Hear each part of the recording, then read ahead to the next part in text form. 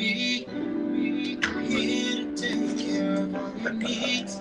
You can depend on me to satisfy you. Ease your mind, I can be your peace. Anybody want some water? Let me give you some relief. Not pressuring into anything. It's all on me.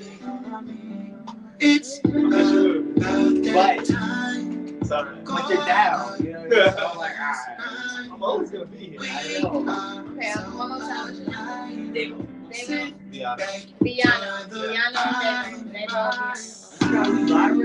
Yes, we are live on stream. We are, YouTube. So this is StreamYard. So I'm streaming right now, currently on YouTube and Facebook.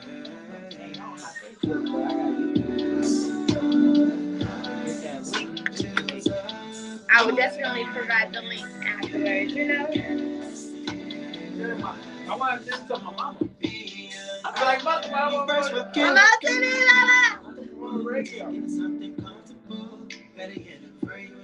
Yep, and then the app, you can download the app. It's 24 hours a day, 7 days a week. It's on Android and iPhone. And we're streaming in 160 countries. So y'all come in after your birthday. That's special. 167. How many countries in the world? That's Bongo. I got you always gotta know that. So you can be like, yo, be like, hey, look, if you didn't know the whole world. Like, it's the whole world. I'm like, if you didn't.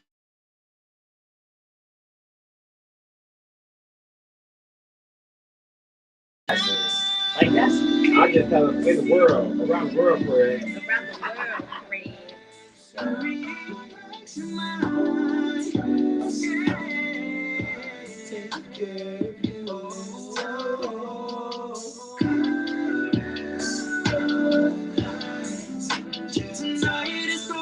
Fred.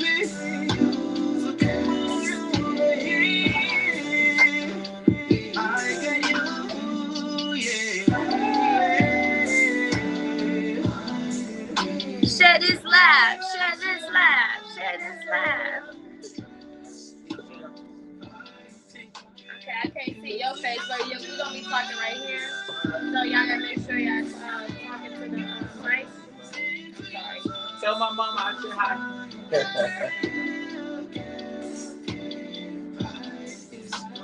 It's gonna be a night.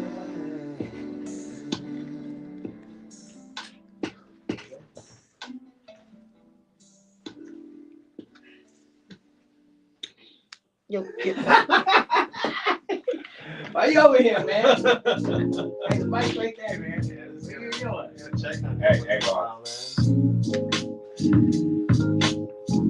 Hey, Hey, it's your girl. It's your girl, Chrissy, the Heartbeats, and we are back. It's Up Winsday, and we are live here on FMP Radio. It is my favorite season of the year, which is spring season. It's springtime already? Yes, it's spring season up in here, up in this bitch. That's why it's raining outside. That's why it's raining outside. I'd rather take the rain and the snow. But with that, I am here with my co-host, none other than the fly guy, Bobby Christoph. How you doing over there? I'm doing well. What's up, world? I'm doing rather well. You know, I've been here since about 12 o'clock today, so it's been a lot going on up here. It's a lot going on. Yeah. But all good things, though? All good things. You know, we had a dope-ass live performance earlier with Big Bounce. Big Bounce? Yeah, he came through and shut it down. 12 tracks, y'all. Straight what? Performance. It was straight lit. It was live. You know, it was off the chain. Yeah. Okay, I can't wait to see this. So he was recording in the studio, or he was recording his show. We recorded. Shout out to Popping Up Podcast with Popping Up True. Podcast. What up, True? Yeah. He was filming it, and you know, it was a whole set. It was a whole scene up here. It was a performance. You know, it was like a little tiny desk performance, like a little live performance type of thing. It happened today. It happened. It was it. Oh, where was I? I missed this. I don't know, but I was here. Oh man. But like I said, welcome world. It is officially spring season, which is like what I essentially like to say. This is the actual new year. I don't know what y'all be talking about in January 1st being the new year, but this is the actual new year because everything is coming back to life. We about to have a great harvest season. I hope you are growing or stepping into doing some new things, which is growing fruits and vegetables, the trees coming back to life, all the pretty flowers and everything. Wait a damn minute. The trees die in the wintertime too? I thought the leaves just fall off. I know the whole damn tree died. Well, you know what I mean. You got me there. you know what I mean. Everything basically goes dormant. Okay. Is that better? Right. So kind of like hibernation. That's yeah. Dormant hibernation. Because the tree is still alive. It just is cold as hell. Right. I don't know if it's cold. I don't know if trees can feel temperature. Well, why wouldn't they be able to if they leaves fall? But you think they cold? I mean, they outside. I don't know. I have to ask the tree. Right. When we leave up out of here today, just stop me by the closest tree, okay? No problem. I'll have a conversation with that tree. Are you gonna hug the tree? I've hugged the tree before. Yeah, I actually listened on some weird shit. Last year, I actually did my first tree hugging. Really? I started about last year. Really? No, 2 years. And listen, it was weird. I was worried about people seeing me hugging the tree, and it was like in the middle of lunch break when I was, we was in the office at the time. But how did it make you feel afterwards? Oh, like I just maliciously sexually assaulted a tree. What?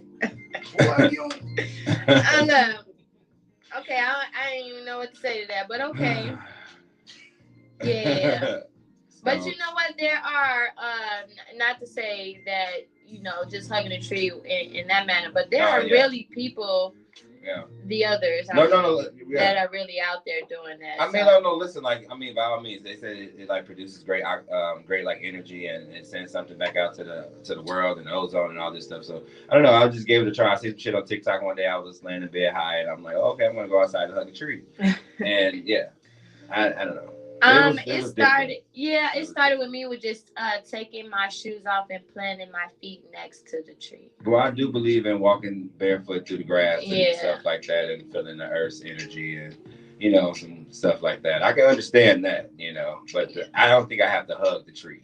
I'm not going to be hugging any more trees going forward.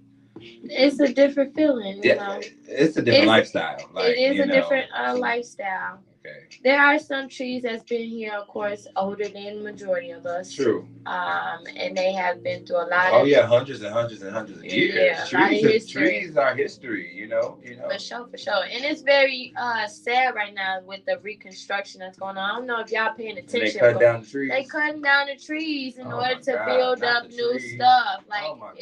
It's driving me insane. Oh, no. Not the trees. Yeah, they cutting the trees, especially right over there by... over there by Hayes, 63rd and Hayes. They cut all the trees that's right there. They need to cut them trees down. No, they don't. We need to see what's going on over there. No comment. There's a lot of stuff happening right there. The police have to see.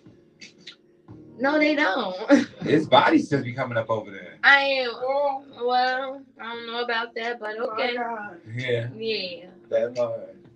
Yeah. Okay. But anyway. Spring is officially here, so I hope you all are doing your spring cleaning because I know I started last week. Yeah. Couldn't wait. And get rid of all them extra papers. You gotta light some sage, Palo Santo. The incense is burning. Spin around 3 times. Tap yourself on the back 3 times. Throw some salt over your shoulder. Oh, now you didn't went real old school. Well, you gotta do what you gotta do because it is the spring season. But if you are not doing spring cleaning right about now, it's some tips. Get rid of all them old papers, some clothes and shoes. And get rid of some of them people that y'all acquired throughout the winter. It's okay to get rid of some of those people too. All that toxic energy. So especially if it's... You shouldn't have took it past February. That part. That part. You shouldn't have took it past the first after the first text because the red flags was there. Right. That's all I seen on the Facebook. Red flag. Red flag that. Everywhere red flag. People like red flags. They like the toxic shit. Well, you know, it might be a little bit more entertaining. It do be entertaining sometimes. You never hung out with a toxic couple? Yes. I love it. I'll be in the back like, y'all stop it. Come on. Oh my gosh, come on. So entertaining. So entertaining. But yeah, so I do have a message, for the spring season, and that is spring is a lovely reminder of how beautiful change can truly be. Ooh. Yes. All right. The changing of the seasons, reiteration of the change of the times and things. Yeah, and clearing out the clutter, and opening the doors, opening space to bring in new love, new whatever, new job opportunities. New jobs, y'all. New love. New money to be made, everybody. Get out there. You got to speak it. And new awareness. New awareness. I'll put it like that. New awareness. Yes. What's up? How y'all doing on his live? How y'all going? Be aware. Awarenesses. And none other than accountability. Okay? Yeah. Awareness and accountability is so important. Especially in this accountability. time. Okay. Mm-hmm. I like that. Because people don't take account. No, they don't. So I want to go ahead and get into this. We are currently, do you pay attention to the moon phases? Not really, but I mean, you can tell me more about it. Okay, when the full moon and the new moon, like you can see the moon in the sky, then when you yeah, I feel it in my body. Something happens to me when the moon is full. Oh, you know what that is? You got some water in your chart somewhere. Yeah, I was finna go. You got some water in your chart somewhere. You got some water in your chart, because that's essentially what that means. The moon is controlled by the water. Okay. And I can see the werewolf. Okay. Yeah. See? And with that, that's connected to that sexual energy. So, ladies, if okay, so that means like tonight is the night. No, full moon was on the 18th. Oh. But so the 18th was the time to be like, check up. All I'm gonna say is just pay attention to the full moon. If you saying the full moon affects you, which the full moon affects many people, and I would say it makes me wild. It makes a lot of people wild. That's what I'm trying to say. Is the full moon is controlled by the water, and the water is tapped into that sexual energy. But with that, just go on a fucking spree. Yeah, yes, that's just pull it out. I don't just know go about for all the gusto. But ladies and guys, just pay attention around the full moon. Yes. Because usually people are transforming. And not only that, they are that sexual drive or that sexual energy. Oh my God! It's like so they like sexual beasts. Like some people stay away from some people on the full moons, y'all. Basically, what she's saying, they might wear your ass out. Literally. You'll be tired as hell. You might end up pregnant. You better watch. Ooh, no. You better watch. That's a blessing, nah. No, it's a blessing, but if it ain't with the right people, it's an angel in disguise. It was. No comment. I love that song though. Hold on. I can play that for you when we take our first break. But as of today, we got the full moon. We are currently in the transition. So the full moon was in on the 18th. It was in the Virgo season, which was last week. But as of today, the moon phase is in the Sagittarius season. Ooh, now I do know that my moon rises in Sagittarius. So what does that mean for me? Should I do something wild tonight? No, crazy. Oh, okay. But today and even tomorrow is going to be in the Sagittarius, but on Friday it's going to be in the Capricorn season or the phase. But so every day the moon transitions into different phases. So message for today. I heard the moon was made. The moon was made. I heard they projecting the moon. Well, don't get me started. I know. I need to start watching TikTok. I need to start letting them educate me. That's the problem.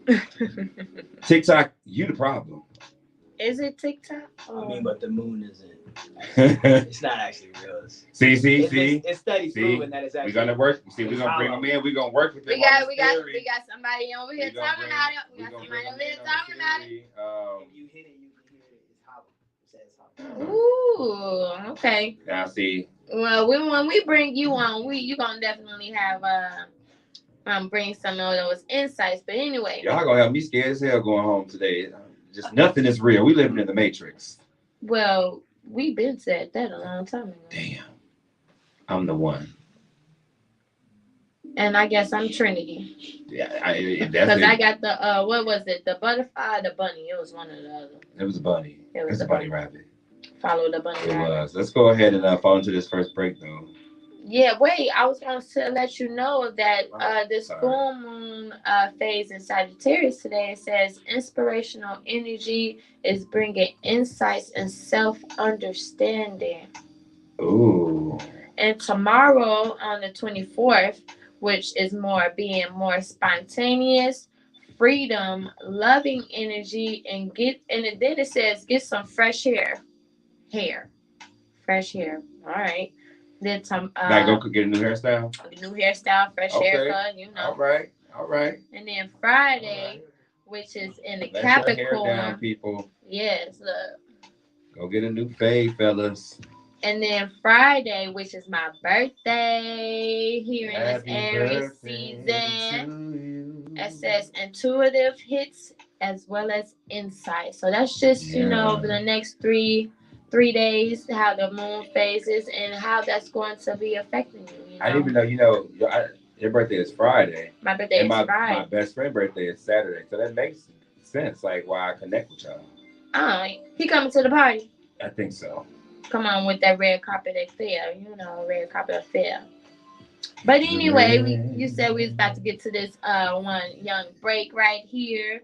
I hope you all are joining us right now. I hope you got your wine, because I got mine. She got hers. I got mine. I'm going to drink a little Piff Punch. The who? The Piff Punch. Your little THC punch. Oh, that's in the refrigerator. Yeah. We do got some other drinks in the refrigerator from the Bunny Lounge.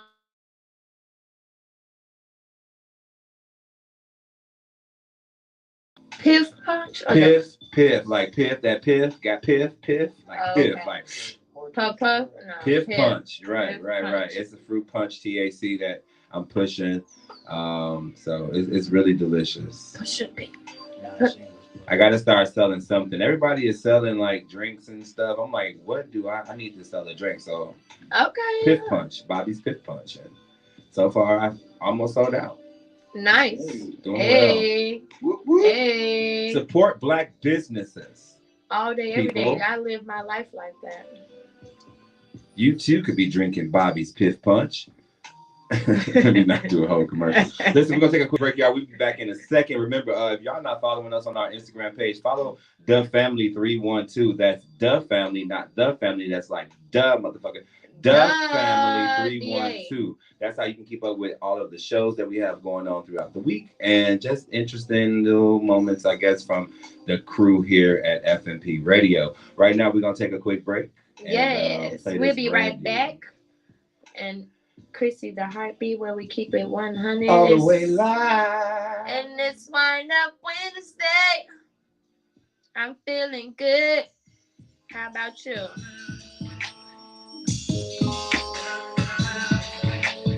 Okay, but they are that's $10. I think it's $2 plus the $3 right there. To be one of God's most precious works. It's a wine. Guess that's how she had you fooled. It's She was an angel in disguise. Hurt and pain can never come from her. So you left me only to find that hurt and pain involves her. And we got the internal water. See your mistakes. Now we see your angel was a fake. My love was never misplaced. So baby, my love is true. Most importantly, still I love you. Hey.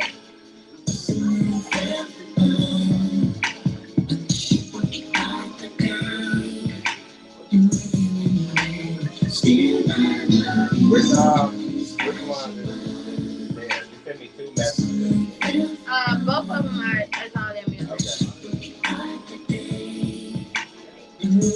Okay.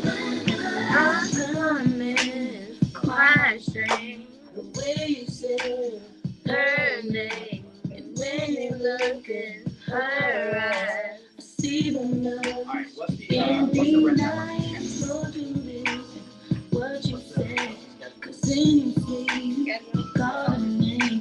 Say she does mostly the come off the break. right thing, 'cause the rain began How to you got started. Don't play with What song we The got? first song, well, I mean, we got Love is War, Bad News, CML. Okay. What's those 3 you said? Yeah. So, in whatever order you want to do it, you know? so familiar. the day that I Let who watching she was doing. Hey, which music love do you have? The one with the feature on her? Which We got a version of music love with a feature on her. well, I only got Love is War, Bad News, And CML. and PML. But they made a remix. Okay. Alright, yeah, that's good. That's the one. Does it say which remix it is? I got 2 of them. No, you say Master B1. Alright, I think it's Joel. I think that's Joel. So Joel Q is remix of it. One more time. Devo, Devo, Viano, and Diano. Viano.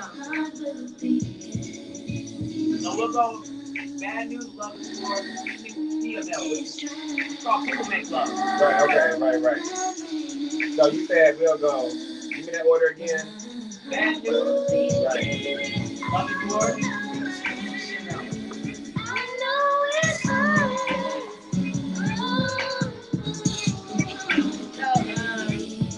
Y'all both have You don't necessarily need the headphones because I'm just going to turn on the monitor. Just make and I can reach out. Listen. Yeah, and you won't hear it anyway. But when you talk, definitely project. You're not going to have no problem projecting. I know. No, I'm definitely I'm whispering. No. To project. I'm getting right on the Project. mic. Say it with your chest. Yo, it's Devo. Are we doing a drop now? Are we doing a drop over here? Yeah, sure.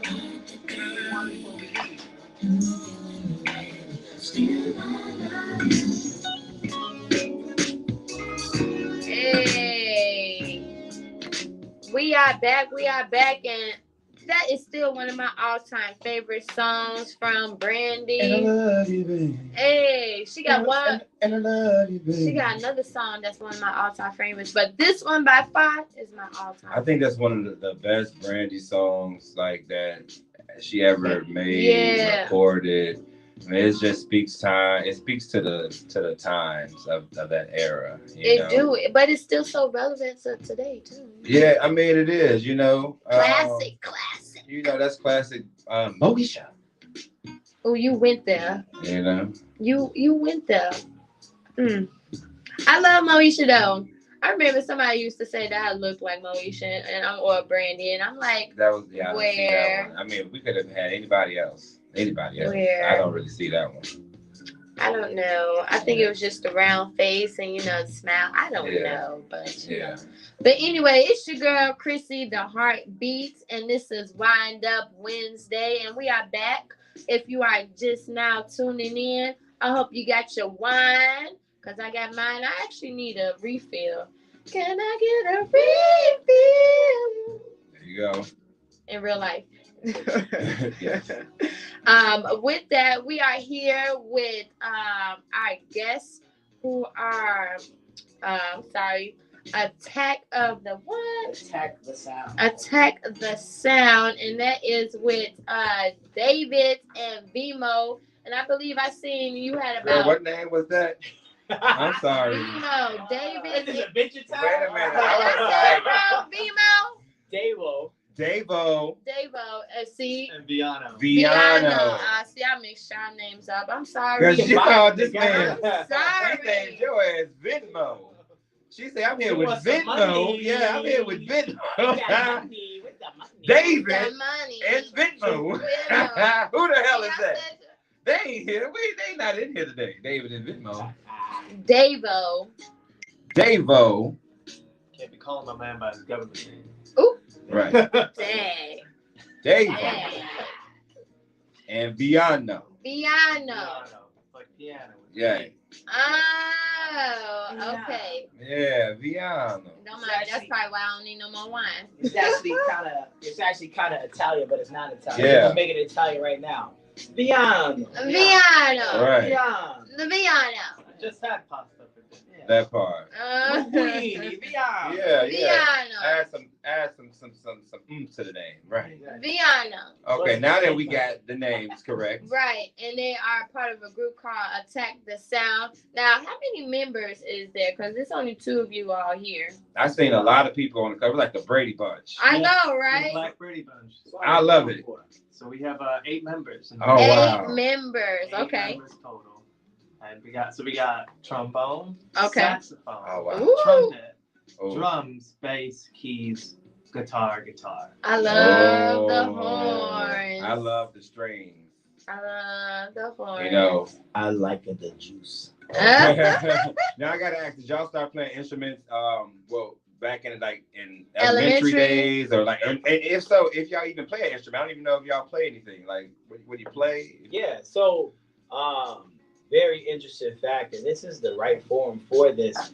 Viano and I went to high school together, Okay. and we would play guitar together all the time. So we've been playing guitar. So I play. Intelligent people play the strings. Yeah. Okay. So I play. Noted, like I didn't play the Yeah, I'll go violin. with that. That's what they said. That's what they said. I played the viola just because. Go ahead. Yeah, well, you know. So I play rhythm guitar, and he plays mostly lead rhythm in the band. So he kind of, but I also sing while I play. So I'm the lead singer while I'm playing. But we used to do shows together in high school. We would play. What song was that we did? Hero. He was I did Hero by Hero, Iglesias in high school. Oh, We did wow. And so we'd actually played that together one.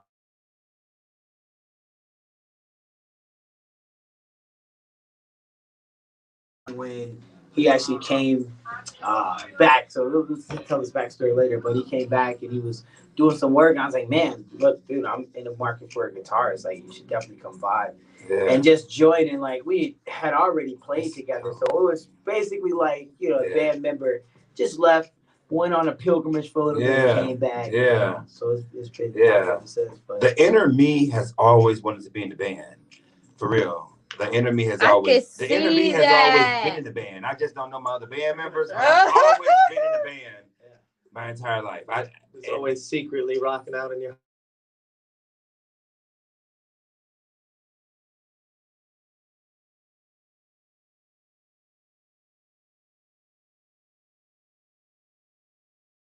Yeah, like real, like late 80s, 90s style, you know, like that feel, you know. Garage punk feel. Hell yeah. I've been there. I lived in Michigan for a bit, and I had a band, and we would practice in the basement. You know, the entire apartment could hear us. They give us feedback. They text us like, hey, that wasn't your best singing today. Well, no, that's good. Hey. That's good. They could have called the landlord. They could have, but they City were ordinance. pretty chill with us. Yeah, so that's cool. that would be, you know, you could hear us down the block. So I remember those days, that garage band day. Wow.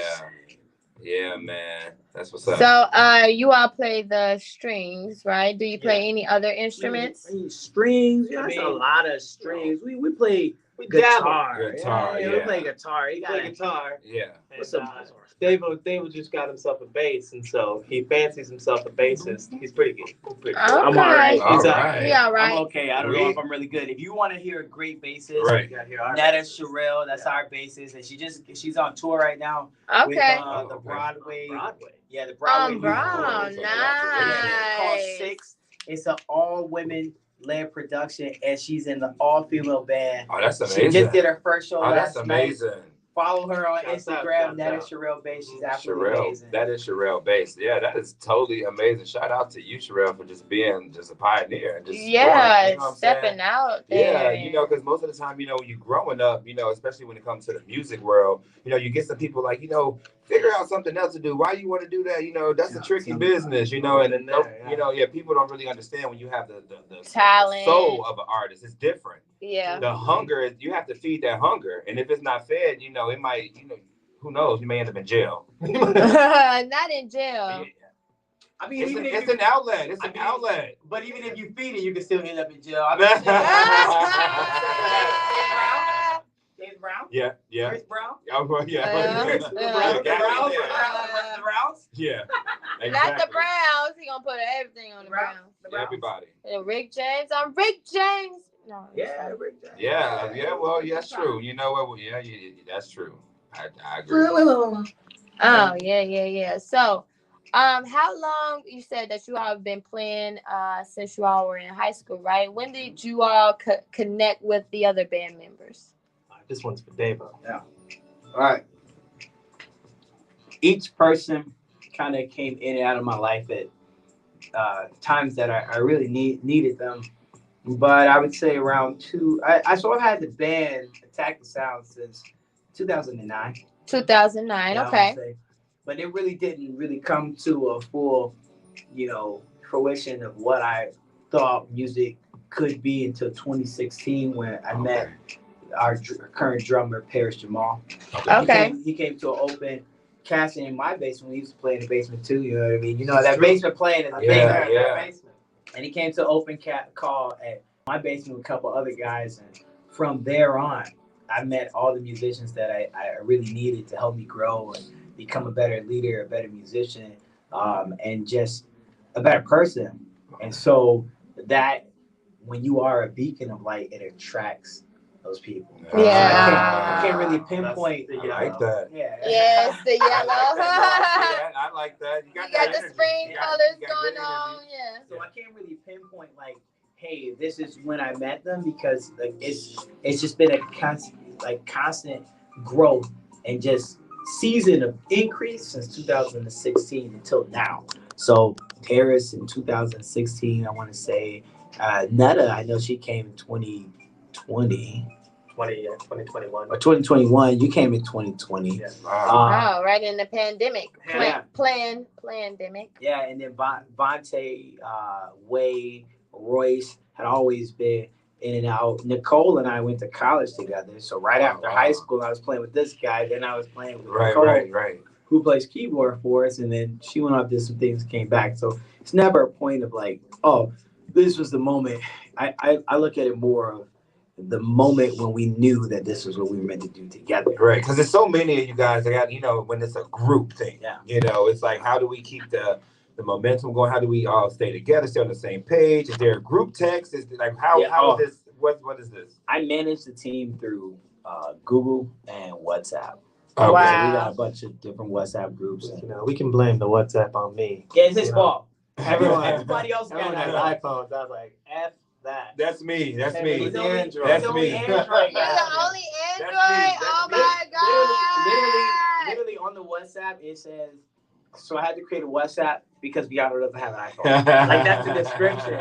That is the official description. Yeah, I had to create a group text with everybody here at FMP, and I'm like the only one with a Samsung, and they're just like, yeah, you just kind of messed up the whole groove. I can't share notes with you. Yeah, it's a lot of stuff you get to, but nonetheless, we still overcame that. But the main reason why I keep the band so big, if you guys want to know, my personal reason is for bar fights. Now, if we go out, on the road, I'm gonna tell you right now, it's a lot of us. Don't play that. Because you never know with a band like us and the music we make, we could play anywhere. Yeah. Literally, we can get booked to play anywhere. I can't we wait may to play, get into the music. Yeah. We may play in the middle of somewhere that's like, yeah, you guys can come play here, but there's people that don't like you there. I'm like, they might think twice before they try this.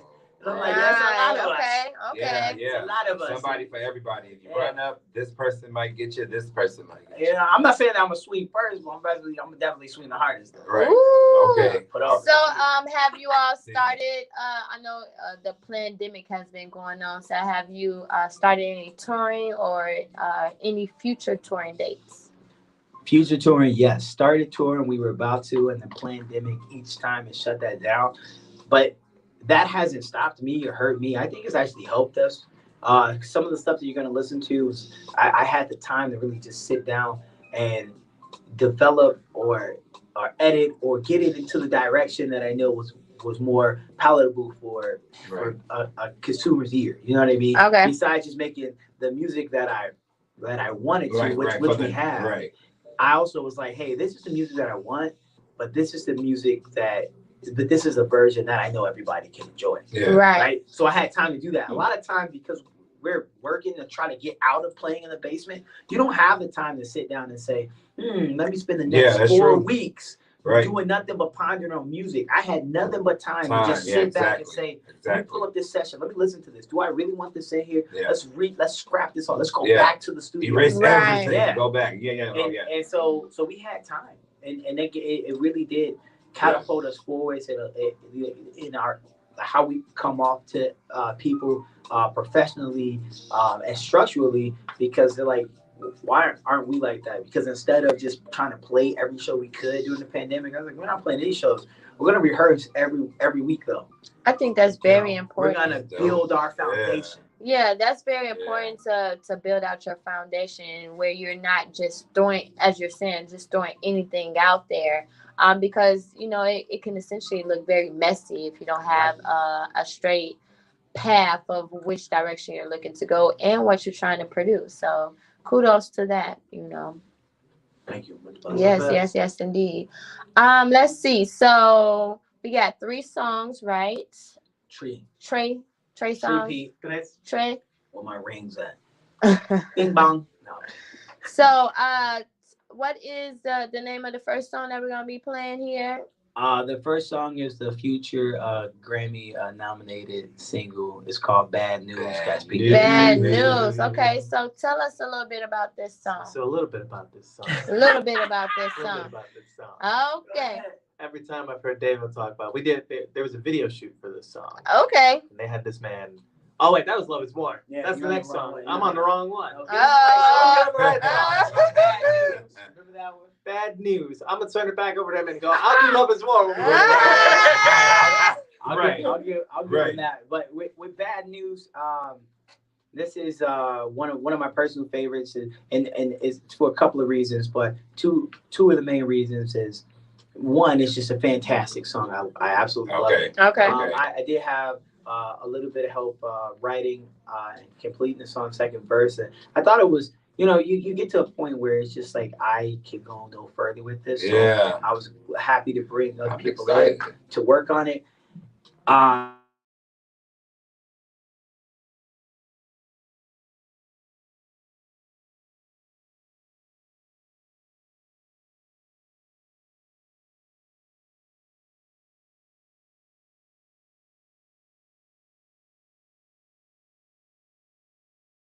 That sound just like this song. Okay. Right? So subconsciously, I literally rewrote and restructured a song that already exists. I had never heard the song before. It was by this guy called Roy Hartgrove. Mm-hmm. And it's in a different key, but a lot of the movements are the same. And when I listened to the song, I heard these guys playing it, and I stopped in my tracks and was like, how do these kids know my song? Right. I'm like, get out of here. Like, I was furious, then I was flattered. And I was like, hey, what song is that? And then they told me. And I was like, oh, that is not my song. So I go back and I listened to it. I'm like, this is kind of freakishly weird. I mean, because somehow or another I embodied the same, structures that the late Roy Hartgrove did. Yeah. Okay. Without even hearing his, because musically it made sense. Yeah. So now I get to talk about that as a talking point, and just mention, like, for all credit and all intents and purposes, like, it's definitely in some way inspired by the late Roy Hartgrove. It's called Bad News. The movements are great. The band was fantastic. We were featured on Windy City Live and ABC7 and Disney. They licensed the song for a bit.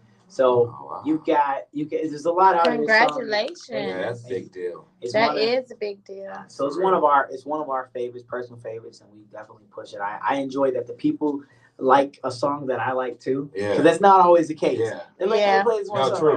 I love this song. I'll never ever not like promoting this song. Right. Okay. Well, you know, as long as you believe it, you make us believe it. If you love it, we're gonna love it. So, and I've never had a chance to listen to any of your music, so I'm really excited to just fall into the mix of everything here.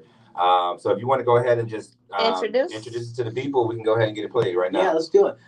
Recorded at the infamous Studio 2020 with John Chrissy. You are now checking out Bad News by Attack the Sound. Woo woo. On FMP Radio. I got you next time. So I never went on the radio, but I used to KJ, so I was like a DJ, so we did karaoke mode. Yeah. But in the training, they basically made us like have a radio voice.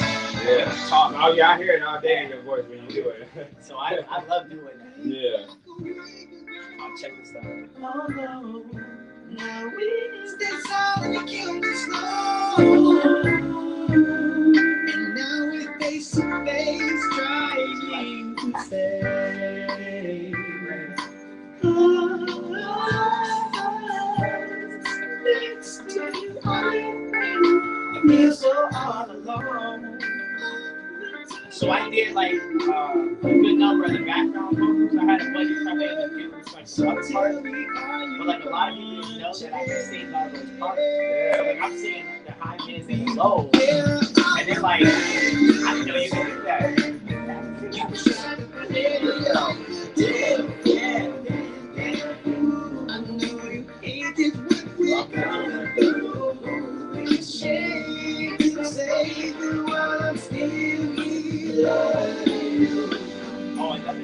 I was going through some military training at the same time as this. And there were some guys that were at bases. And I was like, you guys, I got a studio session in St. Louis. I want to be to St. Louis and go to the studio session. So they all get drunk. So I wasn't drinking at the time, so I couldn't get before. And so like they all got drunk. And so I was studio. I said, hey, what y'all here? You want to sing on this? So they're singing on this song as well with me. So the bad news part. Like, that's some random, like, people who never sang before in their life. I taught them how to sing. Taught them how to sing on the spot. Oh, my God. That's so cool. Yeah. No, that's cool as hell. Like, that's a story to tell. No, on the first one, right here. That Daniel, it's a bunch of, oh, my God. Something happened. Something didn't happen. What is going on? FMP Radio. Hello. So let's see. We had mic check. A technical issue. We have a technical difficulty. If you can stand by. See what happened with the song. We will do because it was sounding great. Yes. Right. Q4 represent. Okay. You guys have Q4? Huh?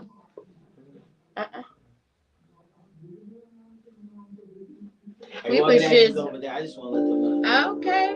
We're going to try this again. All right, FMB. No, not that. Ooh. Yes. Ooh, yeah. We're going to play it again. Because I don't know what happened. We're going to run that back. It just stopped on its own. So nice to get that was great. Whoa. It had to play again because I came back. Oh, no.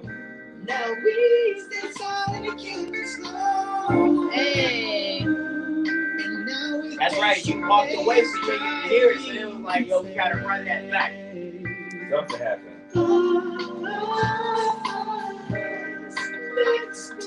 I feel so all alone.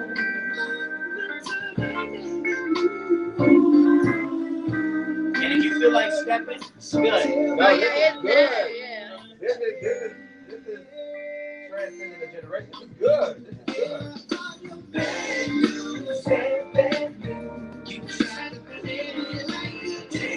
like I can hear any age kind of, you know, vibing with this. I only have like he doesn't have I was being deployed. So I shot the music video and the next day I got deployed. So I already knew I was leaving, so I was like, I gotta get this video done. I'm not really happy with how the music video, so I don't talk about it online. I think I may go back and just shoot another music video. Yeah. You can always do that. I'm like, yeah, we need a version too. Don't walk out the door.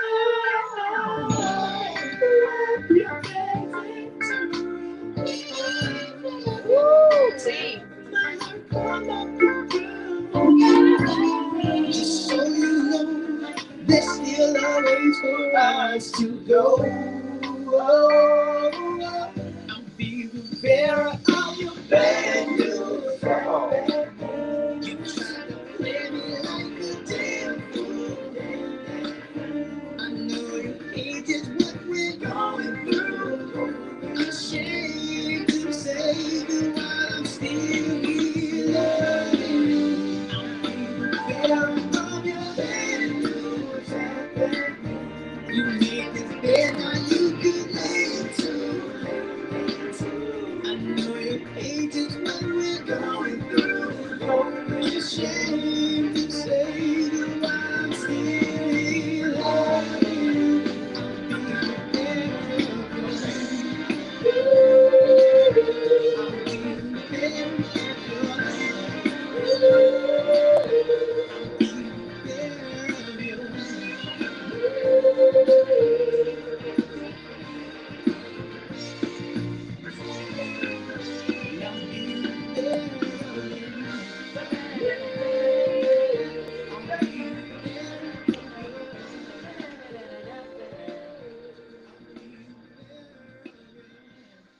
I love everything that I'm hearing from the instruments. Oh my God, especially horns. No, we don't come there the right way. Goddamn. Right. No, I gotta come in a little bit more than that. Listen.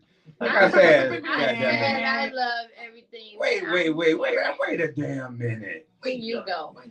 Listen, I ain't never heard this group before in my life. Me either. And I like it. I like it. This is for me. This is what I like. I like this. I'm excited for what else we got to listen to.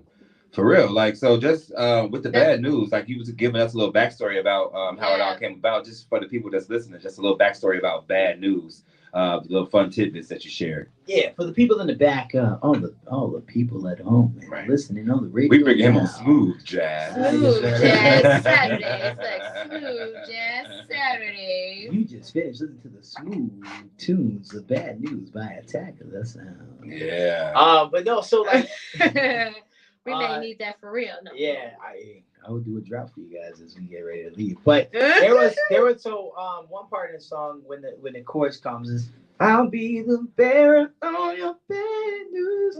That part right there, right? So all the voices that you hear on the bad news, damn fool. So I was in the military. I served in the military for 12 years. I'm out now. But I did 12 years and I was finishing this song while I was still in service. And I was at Fort Leonard Wood, Missouri, which is in the great state of Missouri, which is not a great state, guys. I just said. But that's what people say when they say Missouri, the great state.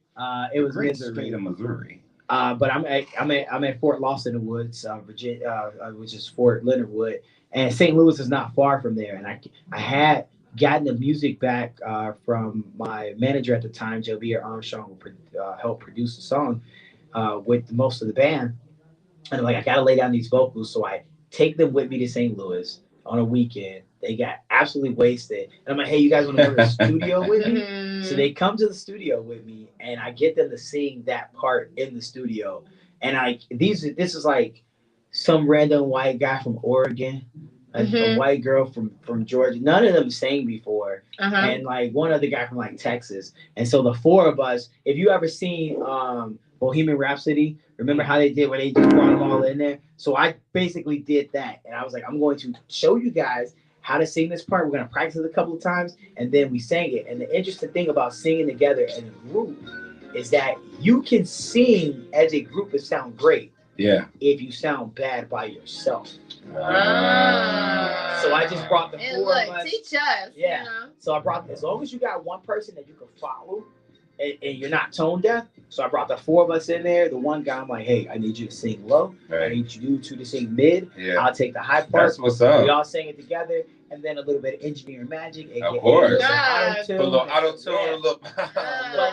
But it wasn't great leadership. But it wasn't a lot where you hear it sounds like you're like, no, it sounds good. It sounds like you have background singers. Yeah, random people, they are background singers. They are now. They can add that to their goddamn resume. And credit is background singers. Yeah. Also, like another note with the military, when I was deployed, this song was the most performed and most requested song when I was deployed. We would do an open mic like every Sunday. Nice. And it got to the point I can see it. I can believe it. I can see that. Yeah, it got to the point in my head. It got to the point I'd come up to before I would sing, and they know what song I'm doing. I'm like, let me just source the crowd, because people change like every 2 to 3 weeks. So people deploy in and redeploy. Oh yeah. But I'd be like, let me see if they pass it around, and I'd say to the crowd, I'd be like, I'll be the bearer of your, and they would all sing the rest of it. Wow. And there is nothing better. That's so amazing. World. Your voice is amazing. Just FYI. First of all, I practice in the showers. All right. Practice makes perfect. Practice makes perfect. But they would sing that part back to me, and it was always like so beautiful and amazing.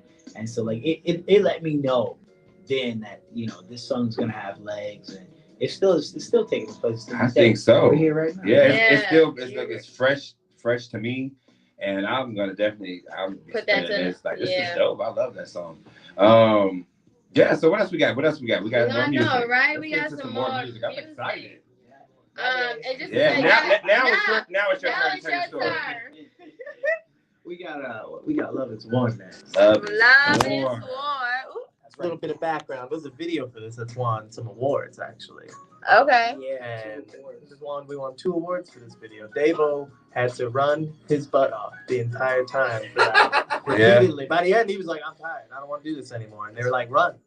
Run. You're going to run, black man, run. Now, what type of awards did you all win for this song? I don't remember the names exactly. So we won Best in Show for the Midwest Film Festival, and then Best Cinematography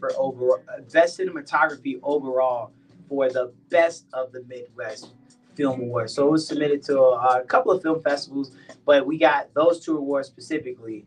And like, I don't know, like it's something about this song, even when you listen to it, but the music video obviously did a really good job at highlighting and enhancing a lot of those things. But just love is a very fluid word in English. Yes. Yeah, I agree. In many other languages, there's a separation. That's why you have in the Greek, you have like 3 words that all mean love, right? And then you can separate it for it. But here, it means a lot. So love is always going to be a war within ourselves in an English-speaking country, because I can tell you, I love you right now. Yeah. Right. You'd be like, oh, okay, yeah, you love me as a friend. Like I love you. Right. I love you. Then I can tell you, no, I love you. Like romantically. romantically.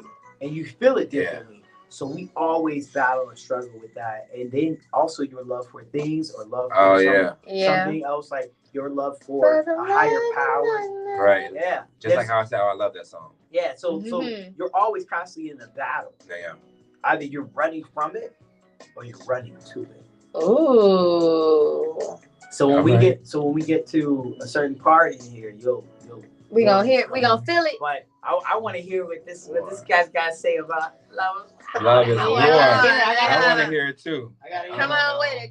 One of my favorite songs to play. Okay. Love is War. It does definitely invoke those feelings of that. You're in a constant struggle for some type of affection and something. You know, we're all looking for meaning in everything. So, yeah. And it's just, this represents that. You know, you listen to the lyrics, you really understand.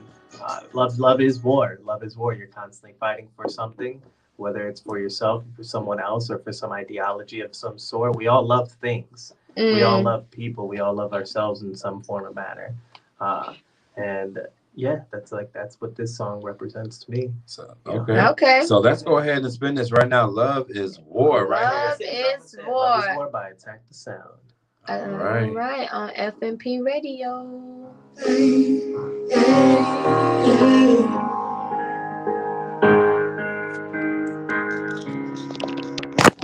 This one always makes me cry. How did we let things get so strange? Plays over and over in my brain. No words to say, there's no more time. No way to get back the tears I've cried. And it keeps running back, running back, running back. Love is such a war, love is such a war.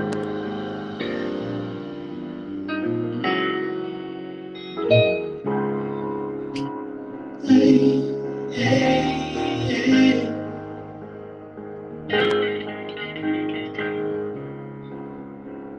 Hey, hey, hey. And I'm not afraid to cross this road. But I'm afraid to die alone.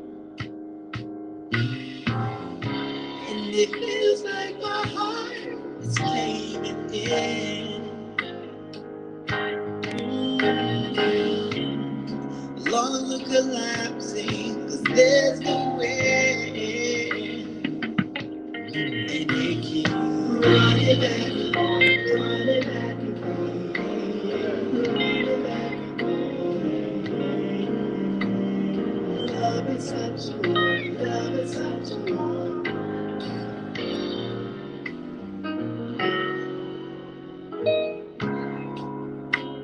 Hey, hey, hey. Love is running. Hey, hey, hey. Yes, I'm running away from you. Hey, hey, hey. Not gonna cry no more. Hey, hey, hey. And it keeps. My love is running. My love is running. Yeah. It's running, get me moving. You got me running.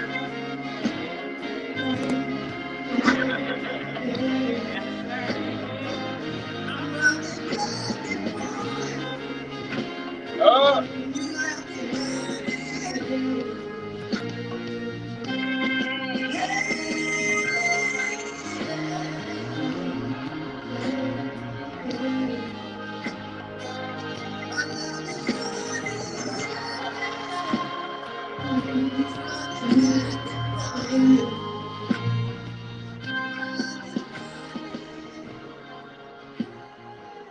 Wow.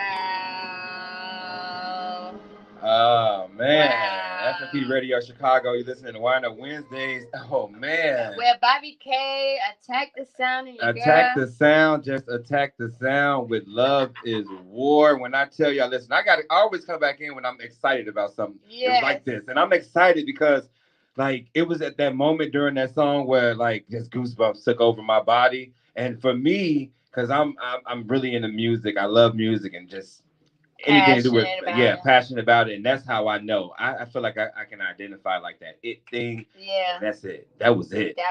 I felt that. Keep on running. Yeah, there you go. I'm the honorary member of the group. You know, I don't really have any parts. Welcome to the team. You know what? We'll get you an honorary garage. Listen, right. My job is to spin the music. Okay, all right, and get the people to know who the hell, like, get more notoriety to who y'all are. I mean, y'all need to be known. Like, this is dope. But then y'all got all the music arranged in the back, and then the vocals, and the piano, and the passion, and the words. Who's writing this? Is this a collective thing or how is this happening? As of right now, I'm doing like 90% of the writing. But stuff coming out in the future, we have writing sessions all the time. All right. But we just haven't recorded any of that stuff yet. But the songs that you're hearing now, I wrote all those. Yeah. Wow. They come from a place of personal experiences meeting emotions. So like Love is War is a couple of situationships that I've been through all in one. Okay, situationships. Yeah. Now, of course, there was one that triggered. I think we've all had those. Yeah, of course, there was one that triggered the actual writing of the song. Okay. But I had to think back to many places that got me to that crossroad, and then. Hey,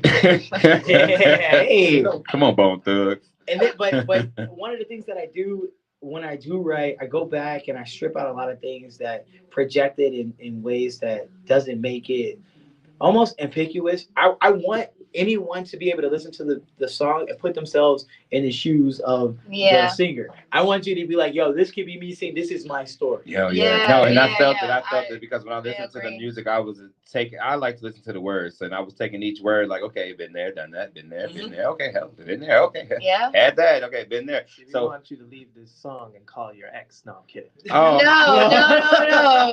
Don't call the ex. But that is accountability unless you call it. Do a little cursing. You call it to apologize. Look what you lost. Look what you could have had. Even though it won't be here, just a little ahead of time, but the next single that we're releasing is actually about that though. It's called "Pick Up Your Phone," and it's about that urge to call and talk to your ex. But I mean, based off the stuff you hear here, I think it might be. I think you may like it. I think it may be kind of cool. So okay. Y'all gonna be taking us on an emotional roller coaster. With this music. Man, I mean, just 2 songs in already. I'm already excited. I'm like super excited just to hear more. Yeah, I know. I'm becoming a fan slowly as I keep hearing more and learning more about the group as well as you guys individually. Well, if you are a fan, make sure you guys follow, and that's for all the listeners and the people at home streaming live. Make sure you follow on all streaming platforms that attack the sound, spelled the way that it sounds. That's ATTACKTHESOUND, and that's amazing because I went to Chicago public schools, but yet I can spell. That's right. So you know what? Don't always blame the school system. All right, don't always blame the school system. Sometimes it's the parents at home that's not enforcing homework. Don't blame them. My mama enforced homework. Exactly. Verbally and physically. See, that's right. I did too. The pat on the back is 6 inches from a foot in the ass. So I'm gonna read this book real quick. Mind my business. Mind my business. Oh, but yes, those are 2 beautiful songs. I had the goosebumps factor on that one. Like it was just so about maybe because like I said, I was taking in the words and everything, and to kind of put myself in those shoes, and your voice is phenomenal, man. It's like it speaks to the times of right now and what music is trying to do again. Transform. Right. So that make any sense? Because transition. To me, that makes perfect sense. Yeah. There are people that I've argued with about this. I do that.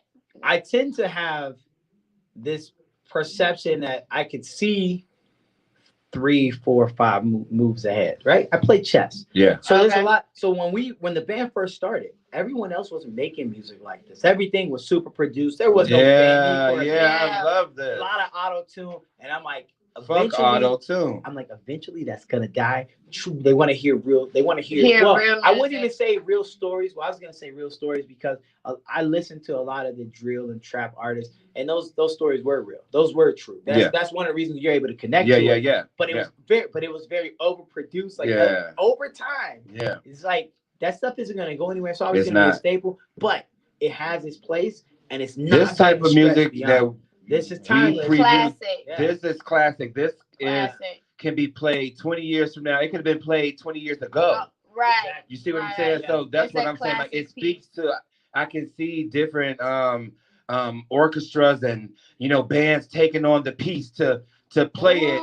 In different places and things. It's for real. I can't wait to you can. I can see it. So it's like imagine this. big performance. You at the Grammys. You got this big 50-piece orchestra and big band behind you, and it's oh my God, like that. My mom called me yesterday and say, "Hey, when you get to the Grammys, I need to know what dress to wear." I was like, "Mom, it's gonna happen. I'm gonna let you know." I was telling about the interview today, and she was like, "Make sure you take me with you to the Grammys." I'm like, "I got you, shorty. Relax." That's dope. I think that I can see that happening. What you guys are doing right now with the sound, no one is really doing it right now. You have some artists that are mainstream that's kind of doing it, but we don't have any new, unheard artists, that's really underground, up and coming artists that's really moving like this. And man, I am amazed at just the sense of mastery. That's the word. I'm serious, because to sit there, compose. I hope that's the word. To compose an entire piece like that, you got, that's big. That's everything. And now is this the movie that was, as you mentioned, was a part of Disney? Because I could see this being on one of like a Disney. It's the first song. It was the first. Okay, it was Bad News. I could see this, being a part of that. All of them. One of them scenes. It was that climax scene. Yeah, You running back.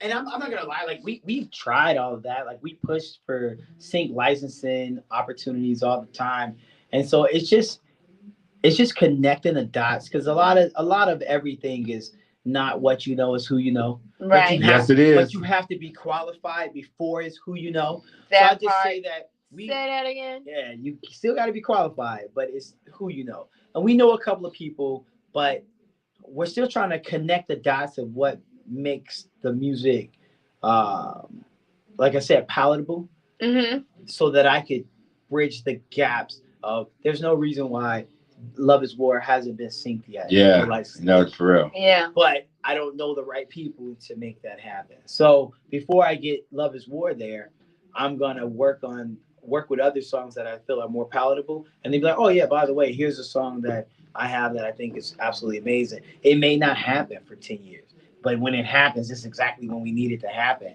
And I'm like, "Oh crap, hey, Love Is War is everywhere now." You know what I mean? Yeah, man, that's. I can see. So have you all considered traveling overseas? I mean, it's gonna happen. It's gonna happen. Everything that is supposed to happen for any artist most bands, want to go. This is happening. Not most bands, but and you know what? Shout out. We haven't had a general consensus of where we going, and we're always like Japan. Yeah. Shout out to. I want to take a quick second to just shout out our boy. Because that's where I want to go to. I want to shout out our boy Ideal, who was here maybe a couple months ago with us in the F&P studios. He's actually on tour right now. He's in Amsterdam, so he is doing big things. I just love to see people. 1 minute sitting here talking to me, and then the next minute they're off to be great. Like, do your shit. That makes me feel even more empowered about what I'm doing. And know that what I'm doing is helping and working out for for everybody and for myself as well. We got another track. He's so excited. His next song. I'm excited. First two, I'll tell the truth if I don't like some shit. I'm like, oh, okay, that was cool. But no, this was it. I bear witness. No, this is it.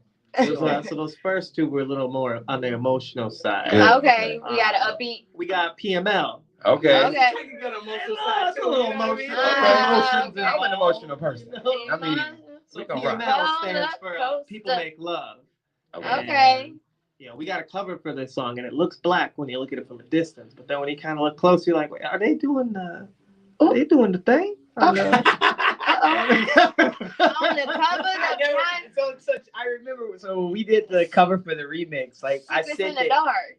Yeah. So exactly. So you guys remember Sweet Whispers in the Dark? What was that WGCI when we were kids, right? Yeah. Remember that? That's what inspired this song. Oh, so this is gonna be good. Okay, so I love this because I have a new show started here called The After Hours. Yes. And I'm gonna be playing a lot of music like that. So this song could potentially. But I'll say raised as a Christian boy, like it's still digestible because I need my grandma to listen to them. Yeah, but you know, hey, you listen. Grandma had to have a little PML. Of course, today. Wait a minute. Grandma they had certain songs. Okay. Oh, I know, but did you hear the type of rappers they had back in the day? Yeah. But that was. Remember, this was your grandma then. This is grandma now. Your grandma now will be like, baby, that Jesus ain't want me to hear that. I'm like, grandma, now how you think I got here? Come on, now don't play with me. But I made it. I made it tasteful. $2. That's my jam right there. We played that. We played that not too long. I love that. I can't wait to come to a set and just see y'all live. Right. I'm excited. When's your next session? So we'll get to that. We're gonna get to that. We're in this song right now, right? But with this song, I just made it tasteful. But it is exactly about what it says. It's about people making love. Right? So I even take that iconic line and you'll hear sweet whispers in the dark. Because only the people that know. There's somebody came up to me, he was like, I remember when I was young. I was like, yes. Before you even finish, yes. Yeah. I used to listen. That's why I was like, I had to do something like that here at the station. So that's why I created the After Hour. Oh man! Because I was like, just to keep up with the times and the culture, man. The whispers in the dark. You know when that was going on. It was like I wasn't supposed in the dark, and I'm like, I wasn't supposed to be. Let's get into it. I'm excited. People Make Love. This is the remix. Yeah, this is the remix featuring Joel Q. Okay. I hope it's the one featuring. So I got two remixes, but I believe this is the one featuring Joel Q. Going on to the rap drops. But this one is a little bit different from the first two you heard. Those were more orchestrated. On R&B and ballad I style. love it. This is more traditional R&B, a little bit more up tempo. Even the drums on it, we took like we took the cue from what's the R. Kelly song? Which R. Kelly? Which R. Kelly song? Because Step in the Name of Love. Yeah, it may not sound like it to you, but trust you feel over time. You feel it. Okay. And that's basically when. So this is Your Sweet Whispers in the Dark. This song is People Make Love by Attack the Sound on FMP Radio. Let's go.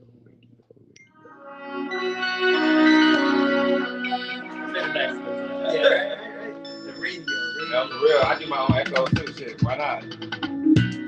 Now time runs from night to day. Girl, come with me so I can hold you close. And then all you'll hear from ear to ear is whispers, sweet whispers in the dark. All my people make sweet love. We can make sweet love. Sweet whispers, yeah. All my people make sweet love. Sweet whispers. And your brown skin is like a Milky Way. Girl, I'll touch your curves and then melt away. And no climax, 'cause I won't stop. And I will sweet whispers. All my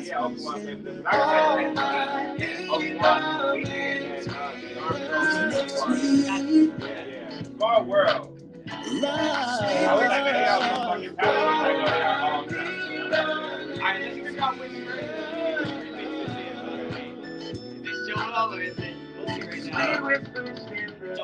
Sweeter than honey, sweeter than money that you found when the bills do. Drown when I feel you. Sweet like the life of Zach and Cody. Inside you like a lake and I feel like I'm Zach and Kobe. You sweeter than that lady that singer Tyrese was singing about. Bailed you to the couch, all the tricks I'm bringing out. You sweeter than grape juice in the hood. You sticky after your residue, tasting magically good. I mean delicious, my lucky charm. You sweeter than infinite ladder credit. Sweeter than equal, and I'ma drink you. Simon said it, the balance should be $1 trillion forever, but I'm indebted to pay you back. You sweet like my favorite snack. The sugar rush I'm on, please believe me. I hope it don't wear down. You draw your weapon, I draw mine. Happiness stare down. You call me sir when I'm in there. I put in my head down. Then we make the ultrasound. Sweet whispers in the dark. We can make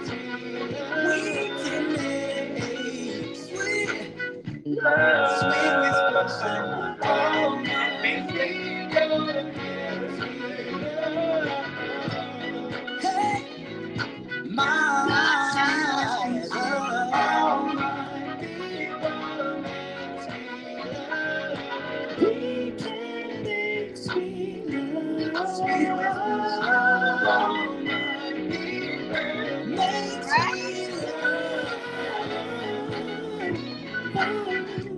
Sweet whispers in the dark.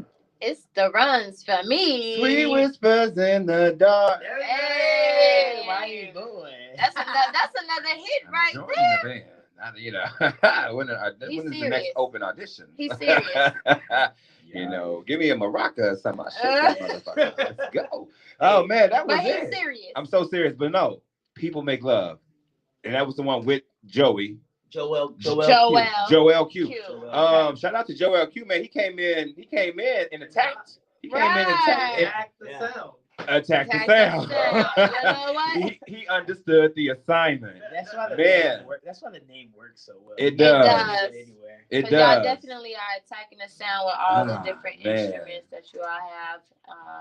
Just in y'all repertoire. Is that what the word I want to say? No. I think that's the word. Yeah. I mean, you asked me. I'm just gonna be like, it's in your repertoire. Yeah. Like Rugrats. I make up a lot of words. Yeah. I love Rugrats. I think, and the best thing about the band is like everyone comes from a different background. Music out, like, you know, we've got who's classically trained. Oh, our keyboardist, she's classically trained. Okay. But everyone also has their own styles. Like Fable definitely comes from the back of like he listens to a lot more grunge and like Smashing Pumpkins and all that. Love Smashing. Me too. And then you know we got our bassist who comes really from, like a bassist comes from who just played for church all the time. Oh, so okay. She's dope. Like she's got them bass runs for sure. Yeah, but you know how to hit that gospel feel on there too, and take you somewhere. So I see that. It's It's like a bounce too. Okay. Better be bouncing. If you ain't bouncing, you ain't playing that right. For real, that's one instrument you got to bounce with. For real, no. So it's like that mesh of people that come together. That's amazing. It's a melting pot, like literally, of talent and like backgrounds, like you said. With everybody, and when you have the background in music coming from certain genres and areas, it does cohesively, like together, it will create a whole new sound. Like it has, because that's why I'm saying this. So the music is so transcendent of time, is because we can hear it at any. It could have been in the 50s. It could have been in the 70s. It could have been in. We got one more song coming. Okay. That's cool. We get a sneak peek. Okay, Attack the Rhythm. Listen. Going forward, you know what I'm saying, with the group, plans, like what do you see yourselves in 5 years from now? Like 5 years from now. Oh yeah, this is our first date. You asking the time. You know, we got to know what's going on right at the beginning. Well, we've already won our Grammy 5 years from now. Wow, come through with the affirmations and the manifestations. But you know, we definitely see ourselves, you know, already on having a couple tours under our belt again, and then getting our time to take a break for a season just to write, you know, because like that's important. You know, as working artists, a lot of us have like daytime jobs, and so you know, it'll be nice to get when we're at that point where it's like we can take the time off and spend it just writing music. No, definitely. Yeah, when you could just pretty much get paid for your talent and your craft. And that's the most this reassuring thing when you decided to take this step. You know, it's like, damn, man, is this worth it? You know, it's a lot of hard work and blood, sweat, and tears, as they say, it goes into making music, you know. So you can sit and you can invest 10 years of your time and your money into it, and you know, if you lose that thrive. So the thing about it is good that it's a lot of y'all, because cohesively y'all could motivate each other to keep grinding and keep going. And when someone is having a bad day or not feeling like, you know, their greatest, you guys can come and lift each other up to keep going. I'm here for it. Yeah, I have a question for you. Out of I know it's just the two of you all out of 8, correct? Yes. Give us a artist or a producer that you all would like to work with. Well, first of all, I just have you know that we are Silk Sonic. You all like Silk Sonic? Me and Deanna, we're Silk Sonic. So it's a secret because I'm also a singer and a writer myself. Oh, okay. We don't talk about it too. I know, but so do you have any vocals on like lead vocals? Not on these tracks. Live though. Live. And then we have a video featuring him leading a song. It's covers, but it's by John. John Mayer's song. John Mayer's song. Something about Olivia. So it come out like today. Today our keyboardist dropped. We dropped her single. Well, her cover song, and it's on Instagram. It'll be on YouTube on Friday. But she did One Dance by Drake. Oh yeah. So that's how you check that out. Nikki did that. And then he's got one, something about Olivia. That'd be on like maybe 2-3 weeks. But okay. He also sings live, and he also does his own thing too. But yeah, that's what's up. I would say like one of my personal favorite producers is Isaiah Sharkey. I'm a huge fan, and he's also a fantastic guitarist. He did D'Angelo's third album, so right. What's that? That Untouchable or whatever it's called, something like Untitled. Look, it's okay. You were there. I was almost there. On something. Okay. But we sat down and we did a project with him as well, and just watching him work too was just like, okay, here are some tips, some nuggets to help us produce. And so that was great to see him. Mark Ronson, and he's done a lot of work with Amy Winehouse. He's done work with Amy I Winehouse. love Amy Winehouse. And you know the version of Valerie, that's the one everybody likes. It's his version. Really? Yeah. It's well, sometimes I go out by myself. And I look across the water. The more up tempo, that's his version. Nice. She has a 6/8. Her original version is 6/8. It's much slower. It is. Slower. And then he also's got Uptown Funk. This man knows his stuff, y'all. Listen up, he man. does. He knows his shit. Listen so I'm work with both of them. Well, I already worked with Sharky, so I gotta work with Mark, and then I definitely want to work with the great Quincy Jones. So, yeah, he is a Chicago native. Man, he put another legend. Yeah, another legend. Yeah. How about yourself? Well, No ID would be. Okay. Yeah. Right. You gotta keep it home. Yeah. And then we all know a lot of us. There's a lot of controversy around the man. Okay. Personally, Kanye. I love Kanye. We love Kanye. We all love Kanye. So if you're working with No ID, you working with No ID. He is working with Kanye because it depends on the point of which you're talking. Like if we're talking about Kanye, like Life of Pablo and Forwards, then we're talking about Kanye and Kanye leading them. But the first 3 albums is everything that he learned from No ID. So it is. Which version? Which version? I want both. I love Kanye, so he can't do no wrong in my eyes. I'm with it. I'm with all the foolishness. So they sent over a sneak peek of a new song. I got it. I'm ready. Pick up your phone. You late. I'm already there. Beat you to the finish line. Put some pep in your step. Dang. Move quicker. Think ahead. Catch me if you can. I know, right? Pick up your phone. Call me. Little background. Pick up your phone and let's go to it, y'all. What's up? All right. Tell us about this right here. Sneak peek. Is this the world premiere? Yeah, this is the early world premiere of the song. Just 170 countries. Yeah, in 170 countries. There's 167 countries that we're streaming to right now. That's right. I'm gonna have you know, and you can check my facts on this, but it's only 200 countries in the world. That means in like over 2/3 of the world is listening to us live right now. Yeah. FMP Radio. Make sure you guys check us out. And the rest of them are indigenous. They don't have like Wi-Fi towers and stuff, so it's not their fault. So they're not colonizing somewhere. Yeah. Whatever. Oh my God. We're gonna work on that. We're gonna get Bill Gates help us out. But with pick up your phone. So pick up your phone is basically about you can't do right, you can't do wrong. Oh. You just want to be okay with that person. It's like, hey, I don't even care. Here we go. All right. My bad. Hey, I made some mistakes. You made some mistakes, but I'd rather the two of us be together. And we fix it and figure it out. The caveat is though, I leave it as open-ended where you never get a response. Oh. We gotta check this out right now, y'all. Let's go. Radio, this is an exclusive right here. The world premiere. You guys hear? Pick up your phone.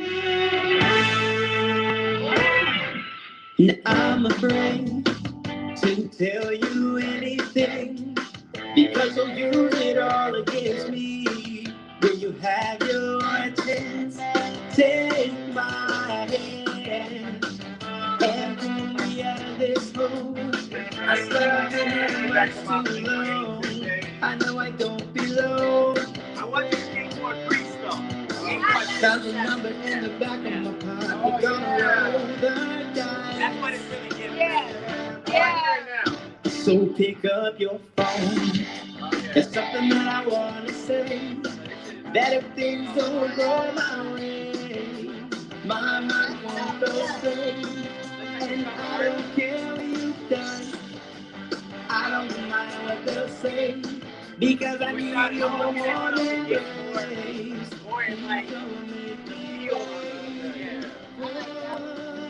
Yeah, that's how that album covers used to go like my heart. Exactly. And that's what I'm going for. So I can change. Can you loosen these chains on my heart's weak? Am I sure this speaks? My flesh is crying out to you. I know you think it's too late to come. But pick up your phone. There's something that I want to say. That if things don't go my way, my heart won't go straight. And I don't care what you've done. I don't mind what they'll say. Because I need your warm embrace. Please don't make me wait for you.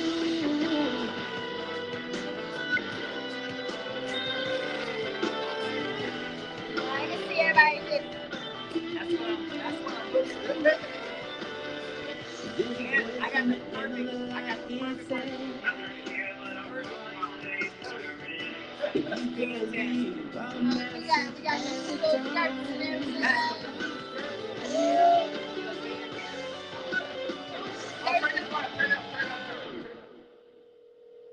Hi, leave me a message with your name and phone number. I will return your call as soon as possible. Pick up your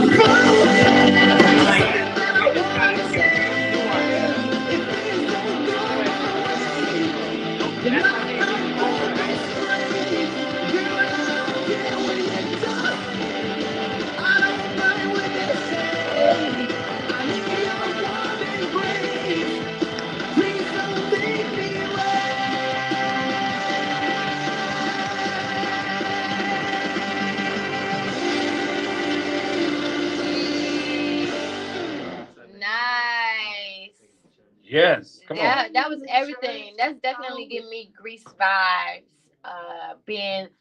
First of all, I could see. I don't know how you're gonna have that video or anything like that, but I could see y'all being at the Ferris wheel or something like that. Classic Ferris wheel with kissing. Oh yeah. Ferris wheel fucking. That's probably what it is. Oh my God! All right. He went there. Like, we can say that on the air. Yeah, I know we can say that on air. I know. This is For My People Radio. Well, we control the airwaves. That's right. That part. So, you guys, y'all have come in today and taken us on a musical excursion. Oh, it's excursion. Yes, because it's been a little bit here, a little bit there, a little bit. It took me around the times. I was like, I just left the Grease moment. I just left, in the 50s. Started off with jazz. I started off with Adjective, started off with jazz. We did. And so you did kind of give us like in just them 3 songs and 4 songs, we were able to get a variety and I guess so more so a feel of exactly what it is that you guys will bring to the musical by attacking the sound. By attacking the sound. No, but seriously, like I'm loving this, man, because you know what? First of all, they wouldn't even expect this, from a Chicago group. Yeah. At once. It's all It's all black too. I know he looks like this, but he's Nigerican, so yeah. He's Negro-Rican. If this was 1940s, he's Negro too. So this is 1940s. Yeah. Same shit. Even in 2022, same shit. He's still a nigga. Yeah. All right, Jay-Z said it best. Straight up. But no, man, listen, I wish y'all, man, much success on everything that y'all doing. Open door here with FMP Radio. If you got any music that you guys just want to kind of come by and talk about, always hit us up and let us know. We'll definitely move. We got shows all week, so literally we can fit you guys in anywhere. But where's the next show? Because we want to come see y'all live. Oh, right. Okay, right. We said we'd get to that. So the only thing is right now we're not currently performing. I'm actually in the Chicago Fire Academy, which is a 6-month program. Been there since December 6th. We graduate June. Congratulations. 2nd. Congratulations. Yeah. You're going to be putting out fires by saying. Yeah. Oh, I'm putting out a lot of fires, baby. Right. Oh, snap. Don't start no shit. But once I get through the academy, we'll start posting more about doing shows and stuff. I'm trying to make sure we stay relevant with things like this and the stuff that we prepared with Nikki that released today and his videos coming out, just so that I could keep an eye on us, because we are still working. We're just not out doing any shows. Now, if the number's right. We'll be there. You guys. I'll have my people reach out to your people, and you guys will know about it. We're gonna make it happen. Yeah, but for the most part, right now we're not on hiatus. We're just not playing any. Well, you know what? I would just say, until y'all, if y'all can't get anything together to, launch anywhere at a show somewhere, come together and just give us a virtual show. Please. And just rock out somewhere. Give it old school style. Find a garage. Ooh, call me up. Find a garage, go in that garage and do a live film and call me up. I want to host this event. And I think that'd be so damn dope. Just rock out a whole garage. Have the whole block come out. Like, what the fuck is going on over here? But that would be so dope. Tiny desk. It's viral. It's all about going viral these days. It's all about numbers. And it's all about just getting people to share the video. Yeah. So and I think that would just be dope, just to see that in a garage setting, just recreating that original feel of what it meant to have a garage band. Yeah. That's iconic in the music industry, a garage band. I love that. It is. Congratulations, man. Yes, congratulations to you all. Thank you for coming on the show. Thank you for having us. This was a pleasure. Yes. It's our pleasure. Just go ahead, shameless plug yourselves, man. Let the people know where they can find the music, where they can find you. Anything else that you want to tell the people? This is your chance. Just tell them. Go for it. We are Attack the Sound. You can find us on all streaming platforms. Attack the Sound is ATTACKTHESOUND. The way you hear it is the way you spell it. Okay. First off, we got my boy Davo Sounds right here. All right. He's our lead singer, our wonderful vocalizer. Okay. Come on, vocalizer. The strategist. I am the vocalizer. Yeah, the vocalizer. Queen Latifah for the equalizer. Y'all seen that shit? She be doing karate and shit. It's hilarious. What? This man can do backflips like it's nothing. Come on, I bet he can, man. What can he do? Actually, a Power Ranger. Come on, Zach, the Power Ranger. Actually, I auditioned to be the Red Ranger, but that's a story for next time. I almost got it. There was one guy who got picked over me, but if he turned it down, I would have been the Red. That's dope. The Power Rangers, Beast Morphers. Shout out Power Rangers. Beast Morph. Beast Morphers. Oh yeah. I still watch y'all. I was a Power Ranger nerd growing up. I'm talking about. I remember if that. you talked about the Power Rangers, I would probably fight you. Slide into the conversation. I would morph any moment and just listen. I can't even get into this because I still watch it. Me too. For the last season and this season, they've had a black guy that's been the lead Red Ranger. Yep. So I just want to say that they have. They have. No, they really have. Yeah. I watched the show. So right now it's Dino. Dino, it is Dino Fury. It is. They got 2 Dino. So many. And this guy's black, and I think it's absolutely amazing. It is that he's a black Red. That he's a black Red. Yo, it's so cool. He like cool. He like hip. too. Okay. He don't do that shit like the other one did, like the hip hop cliche dance moves and shit. Like, no, I know, he was off beat. Hip hop keto. Hip hop keto, yes. That's Zach. Yeah, Zach. Walter Emmanuel Jones is his real name. I met so him dope. Life, Mastodon. Yeah. Listen, y'all, we just. But yeah, all those places you can find. All out. And also, I'm Davo Sounds. You can find me on all streaming platforms and social media platforms as Davo Sounds. Make sure to follow Attack the Sound, Viano Music. Viano. And on TikTok, what's your name on TikTok? Because it's different. My TikTok, you can find me. It's You Said We Had Potatoes. Yeah, you said we had what? My entire TikTok theme is gonna be all I ever say is you said we had the potatoes. So I'm just gonna be disappointed. You gotta explain that. I'll shoot one right after this. I'll show you what I'm talking about. Okay. And then last but not least, yo world around the nation. This is Davo Sounds from the band Attack the Sound, and you are listening to the smooth tones and updates from FMP Radio for My People Radio right here. Yeah. Make sure you stay tuned every day, every week, every month, every year. 24/7 for you, 24/7. And that, my people, was the drop. We will be ripping that and putting that into rotation just like that. It's magic. It's like magic. Well, thank you guys. We got to get ready to get up out of here to move on with our next guest that's here to talk about some amazing things that she has going on and all that good stuff, right? Yes. All right. Well, listen, y'all. Thank y'all for coming out. Chrissy the Heartbeat, you never disappoint with the guests. I'm always excited. This time around, I found some new music to download. And really trying to join the band. People. I don't have to join the band. Honorary member works for me, and I'm with it. That's it. We'll get you in there. Yeah. Thank you. We'll get you a t-shirt. You know what? I want a t-shirt too. We'll get you guys a button. I like buttons. Yeah. I'm into the button thing. Like, that's really big to me. Button and t-shirts. Reach out to Cash. She'll make it happen. I'll reach out to Cash. Listen, y'all. Man, thank y'all for coming out. Thank you. So we're gonna close out this session, and we'll be back with Miranda. We're gonna close out with Bad News. Okay. Bad News. Yeah, right here, y'all. Bad News. We'll be back in a second. There we are. Thank y'all. We're amazing. You're gonna get a quick picture. And then I don't know, next to that quick drop on it. I got it. Now bring back the way we were. Now we stay silent and kill me slow. And now we face to face trying to say.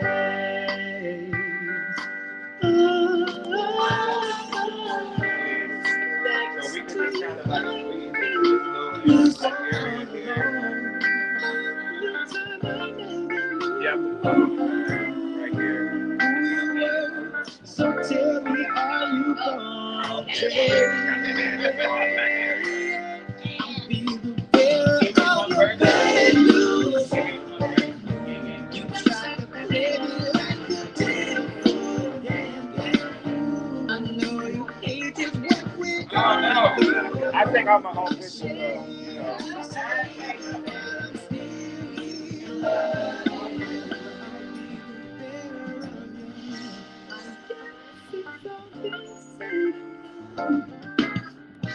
I know I'm not the only one who believes that this was all we're fighting for. Don't walk out the door. You're dancing to me. Take my heart. Can we do one more? Yeah. Just so you know, there's still always for us to go. I'm being the bearer of your bad news. You try to play me like you did. I know age is what we're going through. I'm ashamed to say that while I'm still here, I'm the bearer of your bad news. And make it better you can lead to.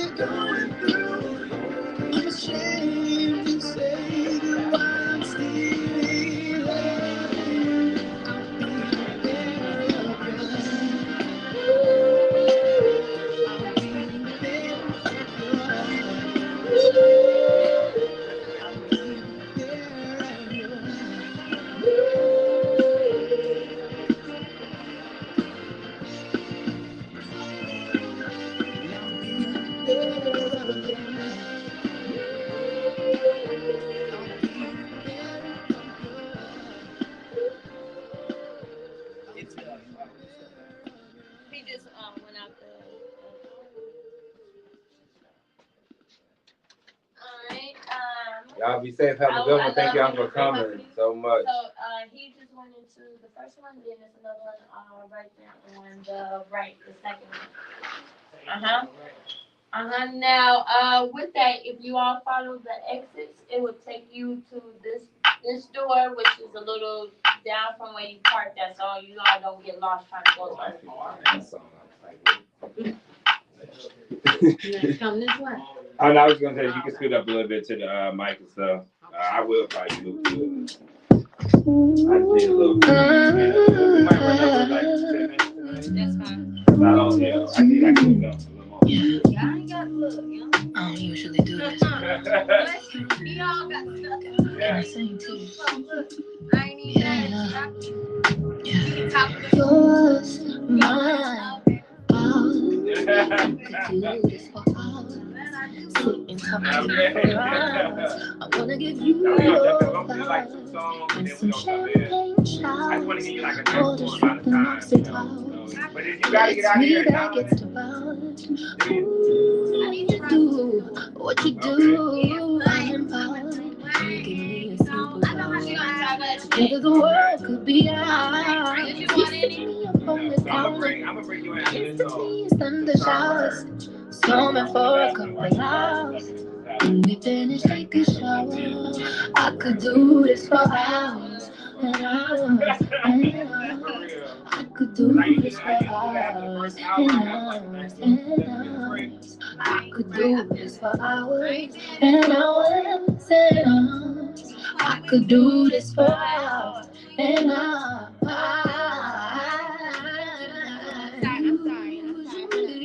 No, I ain't nobody. And when I say nobody, I mean nobody.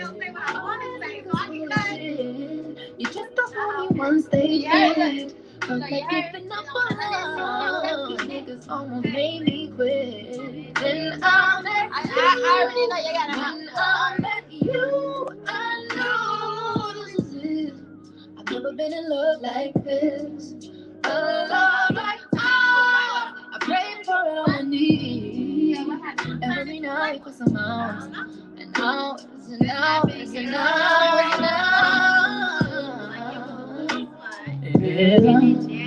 I could do this for hours and hours and hours. I could do this for hours and hours. What's yours is mine and ours, and yours mine and ours. I can sit and talk to you for hours, sit and look at you for hours, making love to you for hours, laying on your chest for hours, telling you jokes for hours, holding you close for hours and hours and hours.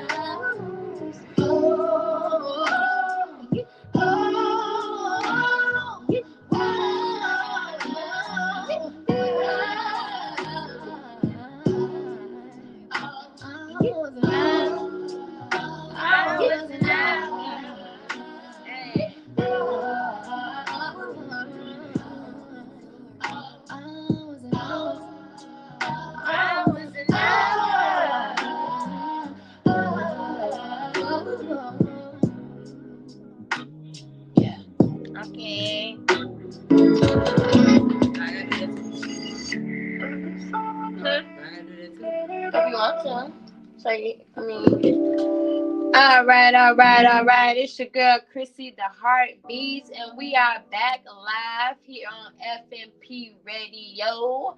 And if you are just now tuning in, you just missed the amazing show with Attack the Sound.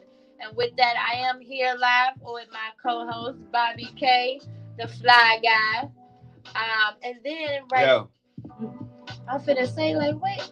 But anyway, we are here with Bobby K, the fly guy, and we are with our next guest, Miss Miranda Alexander. Miranda Alexander. Miranda Alexandria. Alexandria. Yo, Alexandria. Alexandria. My daughter's middle name is Alexandria. Okay. And she is with none other than ChiAF. So you know I'm coming. Look, I'm just happy to be here at FMP Radio because you know what I'm saying. I like to cuss. She likes to cuss. I like to cuss. I like to say what's on my mind. And you know, with Queen AF, you know I'm gonna be. I already know. Yes. I already love know. that. I already know. So I'm glad that you finally made it here on the radio station. You know, I only been doing this for close to a year now, you know. True enough, but you on the west side. I love the west side, but Lord Jesus, it's a trip. Originally it was on the north side, but you know, that's a different conversation. But anyway. Yeah. I'm sorry. Look, I'm sorry. Like, I love this city, but you can live. It feels like this city should be in 2 different time zones. You can, like, different one place. Oh, yeah. The weather would be different. I call people like, you know, it's snowing. It ain't snowing. What are you talking about? It's snowing right now. Yeah, but they like not over here out west, so not in the hundreds. It ain't, you know. Yeah. This city too big. It is. It really is, and the travel and something about traffic. Who the hell did Corona kill? Who did the virus? Nobody. I think they lied because it's more traffic than ever. Slower. It just pissing me off. It's coming up Austin pissed me the hell off. But you know, I know. Listen, I learned my lesson with Austin and not to take Austin because Austin for some reason is always packed and it's narrow and it's small. Yes, I can't pass nobody. You can't. I want to pass. Nope, you just got to stay in line in Austin. Ain't no cheating on Austin. Ooh, I'm so mad. I'm like, can't even get in the bus line. No, okay. Listen. But anyway, we are here. I'm glad that you finally made it on the show. You know, it's been a while. How you doing over there? How you doing? Girl, look, you coaxed me when you said wine. I was like, wine. Wine gonna be here. I'm on that. You know what I'm saying? But no, it's honestly because it's taken me a while to find my footing. So you know that. Wait a minute. Say what? Yeah, like you know, I wasn't always Queen AF.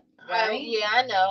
You know, so, that's the back history. You know, I had the shy in there, but yes, it confused everybody. If you like people from Chicago, like I think they knew it was shy, but they would say she when they saw my name. I can see that. You see it's the same with my new my business is KW Insights, and what they like is it Korean? So right. No, it's not. But anyway. So I was like, you know what? I'm just queen as fuck. Like I feel like I can say it here. Yes, you can. I'm just queen as fuck. No like censors. That's just what it is. Like because don't get me wrong, like the reason why like we gonna get into all of that, like what it's about and everything like that. But I finally understood my purpose and why I'm here, even though I ain't gonna lie, it's not a purpose that's kind of like, because how is it your purpose to go against the grain? Listen, now you know I know, right? Just based off of the I've things. I've been doing that my whole life, you know. Okay, I don't accept you what know, they tell me. Right, nobody. Right. But you know I know, because just the group of individuals that we are connected to and our overall goals and missions of putting us first. You know what I'm saying? That's so important, especially in this times. And we've been prepping for this for a long time, and we literally are witnessing some of the things that we were talking about, that the change and different things that were going to happen. I remember, what was that, 2017? 2017, we had First Fridays. Bridge First Fridays. First Fridays. Was lit. Yes. I miss those. I do too. So, you know what? I've actually taken my cue from tequila, right? I think we all have. Exactly. Her fiery self. Listen, you know it was Sagittarius. You the Aries, happy birthday. Thank you. So, you know, Aries season, and then of course the Leo. The Leo, the Holy Trinity. Like queen as fuck. I'm not like, you know, lions are the kings and queens of the jungle. So the zodiac, of course. I mean, I know it's your season and all. I know. Yeah. I'm not gonna try to stump on it because you are Queen Bee for now. Queen Bee all the time. I understand that. 24/7. Yes, all the time. So, you know, basically from shy as fuck queen to queen shy as fuck, right? Yes. So all of these to now just queen as fuck because I believe my work is gonna start here in Chicago, but I don't think it will end here. So, no, it's not. You know what I'm saying? So it was kind of like, so my mission is to rebrand our communities as peaceful ones. Okay. You know what I'm saying? Because I think that we are caught up in a narrative that we're not spreading ourselves, that we're not creating. And I think that that's the biggest issue. Yeah, that's false because everything that we do is creative that they live off of. They live off of us. Yeah. You know, everything that we do and produce, it has to come from us first. Yeah. And just look at the music, in a sense. Whatever we create, they're making money off of right. it. That's why the patent company came about and so many other things. They can't create. They're not creative like us, and they have to steal stuff and make it their own. And for me, it's really now about creating this ability to not only self-accept, right? Mm-hmm. But it's like being self-aware. Yeah, so awareness. We were saying that earlier, self-awareness and accountability. But exactly. That goes back to, that bridge right there. Exactly. Bridge. So what it comes down to is, if we want to rebrand our communities as peaceful ones, that's what it's going to come down to. First of all, we have to become self-aware of who we are and what we stand for. Then we have to self-accept. Like, we have to have this level of self-acceptance that allows us to love ourselves for everything that we are. You know what I'm saying? Because I feel like, I'm going to get into that in a minute. So I'm going to move on to my spiel. Look, I'm going to move on to my spiel. So from the self-acceptance becomes the self-accountability. Yes. And then only through doing those things can we self-actualize. Damn, you did that quick as hell. You know what I'm saying? So you look, because I'm telling you, like, from my background, like, for people who don't know. Yeah, I was going to say, you got to let the people know about your background, just a little bit. Because, I know about your background, but the people that are listening right now, they don't know. They're like, who the hell is this queen as fuck? What the hell is you and how did you even come about and what she do? How can I get into it? So, listen, I ain't mad at you. I understand. I would say that shit about me too. Like, what the fuck is you? What the fuck is you? Exactly. Talking about she a motherfucking queen. Exactly. Like, bitch, we all queens. Like, I feel that too. You know what I'm saying? Yes. I'm sorry. Let's go goddess. Look, I'm like, we gonna keep on moving with the woo. All right, so all of this came about, honestly, like, in college. Okay. Right?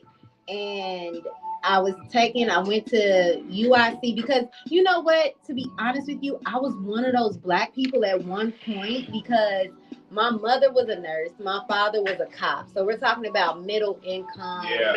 Middle age. Exactly. Middle age. But they was middle aged at the time. Shit. You know what I'm saying? So, but middle age. And they only had one child, which was me. You know what I'm saying? So you're a spoiled brat. I wouldn't say all that, but I hear you. The right? lies. But you know what? And the only reason why I don't consider myself to be spoiled is because I did a lot of self-sacrificing. Right. Okay. Like, I used to just say, I don't want it. I don't want it. How much is it? I don't want it. Yeah, you know what I'm saying? Me too. Like, I was one of those. I was the only child for 11 years. And, just 11 years of being the only child, you are the only child. Anybody that come after that, you don't even... that doesn't even exist. What are you? Yeah, for real. 11 years in, it's like, I'm still that person. But it does create, like, this complex, I think, where you know that you are a natural leader.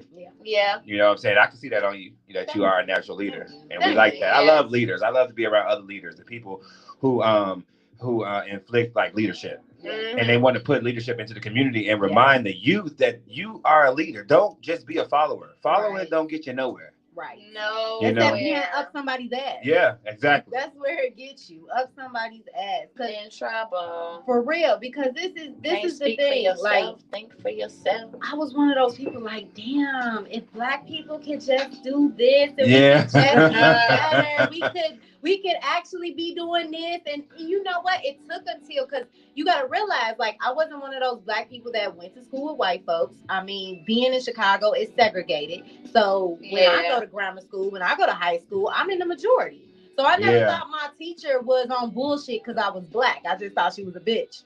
Like, you're just a bitch. Right. Like, it wasn't because I was black. I never had to second guess my blackness. Okay. Right. You know what I'm saying? And where you from? What part? Southside. Okay. Chatham area. Okay. Southside. Oh, wow. You know. Why do you think I was bitching about coming to the I mean, we from the South Side too, so our station is here. Our rent money permits us to be here, so y'all used to this. I'm not used to this. In the rain too, and oh my God, they drive like they have never drove before. Oh my God, what am I doing? I'd be so confused, like y'all don't know how to drive because it's raining. It drives me crazy. I'm like, people, if y'all don't get the fuck out of my way, just move. Because anybody who has driven with me knows that I have low patience. Like, I have been in the car with you. You know what I'm saying. So I do. But yes, back to you know how this came about, and everybody thinks like, with your father being a cop, you have a certain way of being, right? But me and that motherfucker ain't get along at all. Like, he tried to be the police in the house. And that ain't gonna work. Like, and then this is the crazy part. I will give it to him. As an officer, he actually did his job well. Like, he policed the community. He knew the people in the community. You know what I'm saying? Yeah. He was a great officer. But as a father, that man had some work to do. You know what I'm saying? Yeah. Because he tried to control and manipulate every move that I made, especially coming up as a young woman. I was gonna say, as you being this daughter, I have a daughter, and as you being a daughter, and then him being a cop, that's just extra cliche. That's like, woo, wait a minute. It's not only is your daddy in your house, but he a cop. Holy shit! Exactly. It's like, where you going? Yeah, what's your intentions here with my daughter? What time? Listen, it takes 2.5 minutes. Did he ever do that with anybody who maybe came to pick you up or something, like come outside and you see the eye rolling? Shit out of him? Boy, that motherfucker had to come in the house. He was not playing no pick me up from outside type of shit. Right, come in and meet. Yeah. Boy, and then I always had to ask him, do you know what a fortnight means? And I'm like, why you gotta quiz people? Like, people, do you know what belligerent means? Okay. Oh my God. Why do you have to quiz everybody? Nobody cares. Nobody cares. Leave me alone.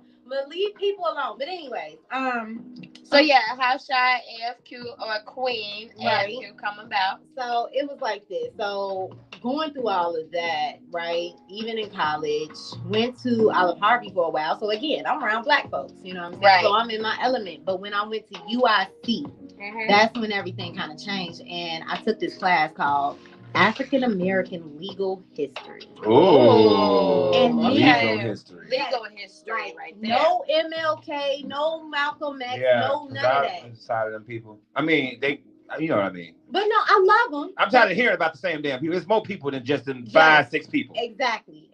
This is more the Thurgood Marshall route. Oh, I like that. People that was making a change. Exactly. That was really making a change legally and on paper. Where it fucking matters, where I have really come to understand, right? Yes. And it just started to really blow my fucking mind, because that was the class that made me realize, like, oh, y'all bitches been rigging the game this whole motherfucking time. Oh, because you put this shit on paper. So it's not us. It's not us. It's you. So did y'all see what's up with our birth certificates? Oh, don't. What? No? Yeah. What? Don't even talk about it. Our birth certificates it's a seal. It's a seal, and it's even more than that. It's like us, we signed our life over to the United States. The government on that document. Because it's United States is a corporation, which is in Washington. Somebody told me you can actually pull money. Something with your social security number is also like a bank number. It is. And then I was told that if some type of way you can use it to actually pull money from that number. I can't pinpoint it right now, but it's a lot that, like you said, we don't know about it because we don't know that paper background. Right. No, I'm a, because I was talking about this yesterday. This was literally my phone conversation where just prime example. If we go to anywhere where we go get our benefits, talking about I need to go get my link card or my medical card, you are signing information with your social security number to go tap into your benefits. Yeah, that's what that's what it is. Tap into your benefits. You have benefits off of your social security number. Which with that, they're giving you bare minimum of those benefits, but they're collecting majority of it. Yeah. And everyone at least has $1 million, if not more, yes, attached to their name and social security. Yes, that's why that insurance policies hit so different when you have them and you get that money, because you really hit different. You really have that money on your body already. Yeah. And not only that, speaking of insurance policies, if more of us had insurance policies, that would lower the rate of police officers actually killing us, because they wouldn't want to deal with the money. The insurance policies hate to pay out. Yeah. Now they got to do a whole investigation now of, well, what really happened here? Right. But right, you know, right. They ain't ready for those conversations. Exactly. That's when they really gonna get in as they should. Right. But you know, that part right there. Come on back anytime, okay? Look, I'm trying to get her to do a little bit more than come back. Yeah. So from that, I also took this class called the Black Politics of Prison. Oh, okay. Right? So these things. What's in this? What's in that course? Like I was a political science major. You still are. Okay, yeah, sure. Why not? Yeah, I am. And I was a criminal law and justice. I am a criminal law and justice minor, right? Okay. I didn't say that because I graduated, so I put it in the past. You have to, right. And but you did it. But I took a lot of African American studies courses when it finally got time for me to kind of just do my thing. I probably should have fucked around and minored in it, you know what I'm saying, if I would have known what the requirements were. But I took like Black intellectual history. I took like Black families in the U.S., like really started to learn more about us outside of the traditional African American history that they all teach us in high school. Oh, you know what I'm saying? Yeah. That they only teach us in high school, you which know what is I'm saying? irritating in itself. And then they always start from the same damn place. Well, that's because they have a narrative that they have to keep up, and they don't want our minds to go wander to the truth. So they're gonna put those same people. You know, that's why we get Martin Luther King Day and we don't get a Malcolm X Day, because Malcolm X was a little bit too real. Listen, and we need an MLK Day, and that's what the fuck we need to be fighting for. Yeah. Because and whether or not we gonna celebrate his birth, his death, or both, I want both. I need all my holidays. I need Ida B. Wells Day. I need Frederick Douglass Day. Like I need all my days.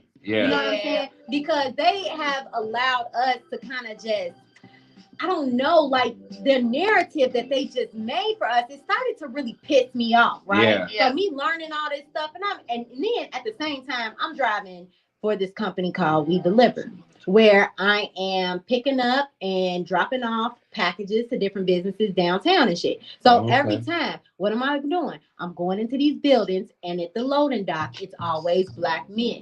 In the mail room, in the loading dock. But where am I delivering this package to? It ain't somebody that look like us. No. Whether it's the doorman that looks like that's Black, but the person who lives here, giving us the bare minimum. You know what I'm saying? Yeah. We work. We still. It felt like it was still the same shit. Systematic. You know what I'm saying? It is. And that's where, and it was always Black women working in security. You know what I'm saying? We be at the front desk working in security. And I'm like, you know what? This is some bullshit. I'm getting mad as hell, but I'm like, what is my anger? Because I was like, shit, I want that job sitting at this desk. Like, right? But I'm like, what is my anger going to do about this? It's not going to change shit. So now I got to figure out, because now, like, the only reason why I have even taken up the mantle as queen is because I feel like I have a duty, because I see a vision forward for us. Right. So it's like, all right, hold up. Queens rule. Exactly. And not everybody have a vision to see the future or to want to try to change it. So to be a king or a queen, you have to be a visionary and you have to want change. And you gotta realize that you're doing it for the people. So that goes to what I said last week. Everybody is not a king and a queen. And I say this, I stand on this, because everybody cannot lead the people. Mm-hmm. You're right. You know, some people do have to just, not saying they peasants. I'm not saying that. I'm not saying that. Just regular people. But not everybody is set to see a bigger picture and to lead. That's why you said, why did I have to be this person? Why do I have to see this? Why do I know this shit is different? Because it's supposed to. You're supposed to. And it gives me chills to think about it because I always feel like I constantly, it's like that line of feeling like you gotta prove yourself, but looking at a motherfucker like I ain't gotta prove shit to you. Mm-hmm. It's this duality that comes with it. So for a long time, me and my ex were together, which I'm bringing this up, for 10 years. And neither one of us did social media. So now that I'm trying to get out here with this message and shit, I have no idea what the fuck I'm really doing. Because that was the time to learn it. Yes. From I think we started dating in 2006, broke up in 2016. So it's like that whole memories. 2006, that's such a long time. It's hard to. God, it's so hard to leave a relationship just after 3-4 years. So that many years, it's like. Listen. Just a quick question. This might be too much TMI, but like, how much did you backpedal after you left? After the situation, after you said, "Okay, we're gonna break up," did you? No. Did you go back? Did you guys go back and forth for a year? Someone told me you do it for like a year, 2 years. No, so I'll say this.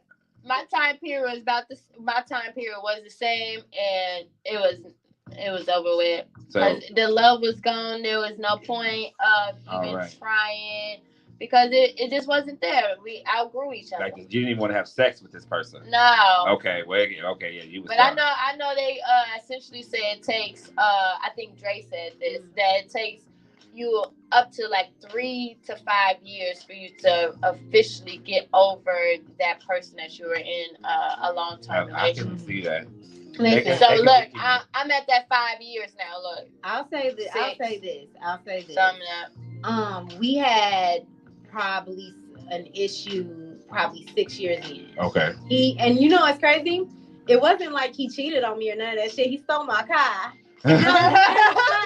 I was mad as fuck, and it's my car was a Charger, right? 2011 Charger, and it was like, you took my shit? Are you fucking kidding me? Like, I was mad as hell. Where did he go? Listen, it's the real question. Boy, so this was the thing. Him and his friend was at my house that night, and then they left. And it was like, they finna get on the bus, right? And then I guess the motherfucker came back and like doubled back and then took my car. Now, how he had that? He had the extra key or something? No, this motherfucker had to sneak in my house and get it. Oh or my some God. shit. Like, just really sneak shit. So what was his zodiac sign? Gemini.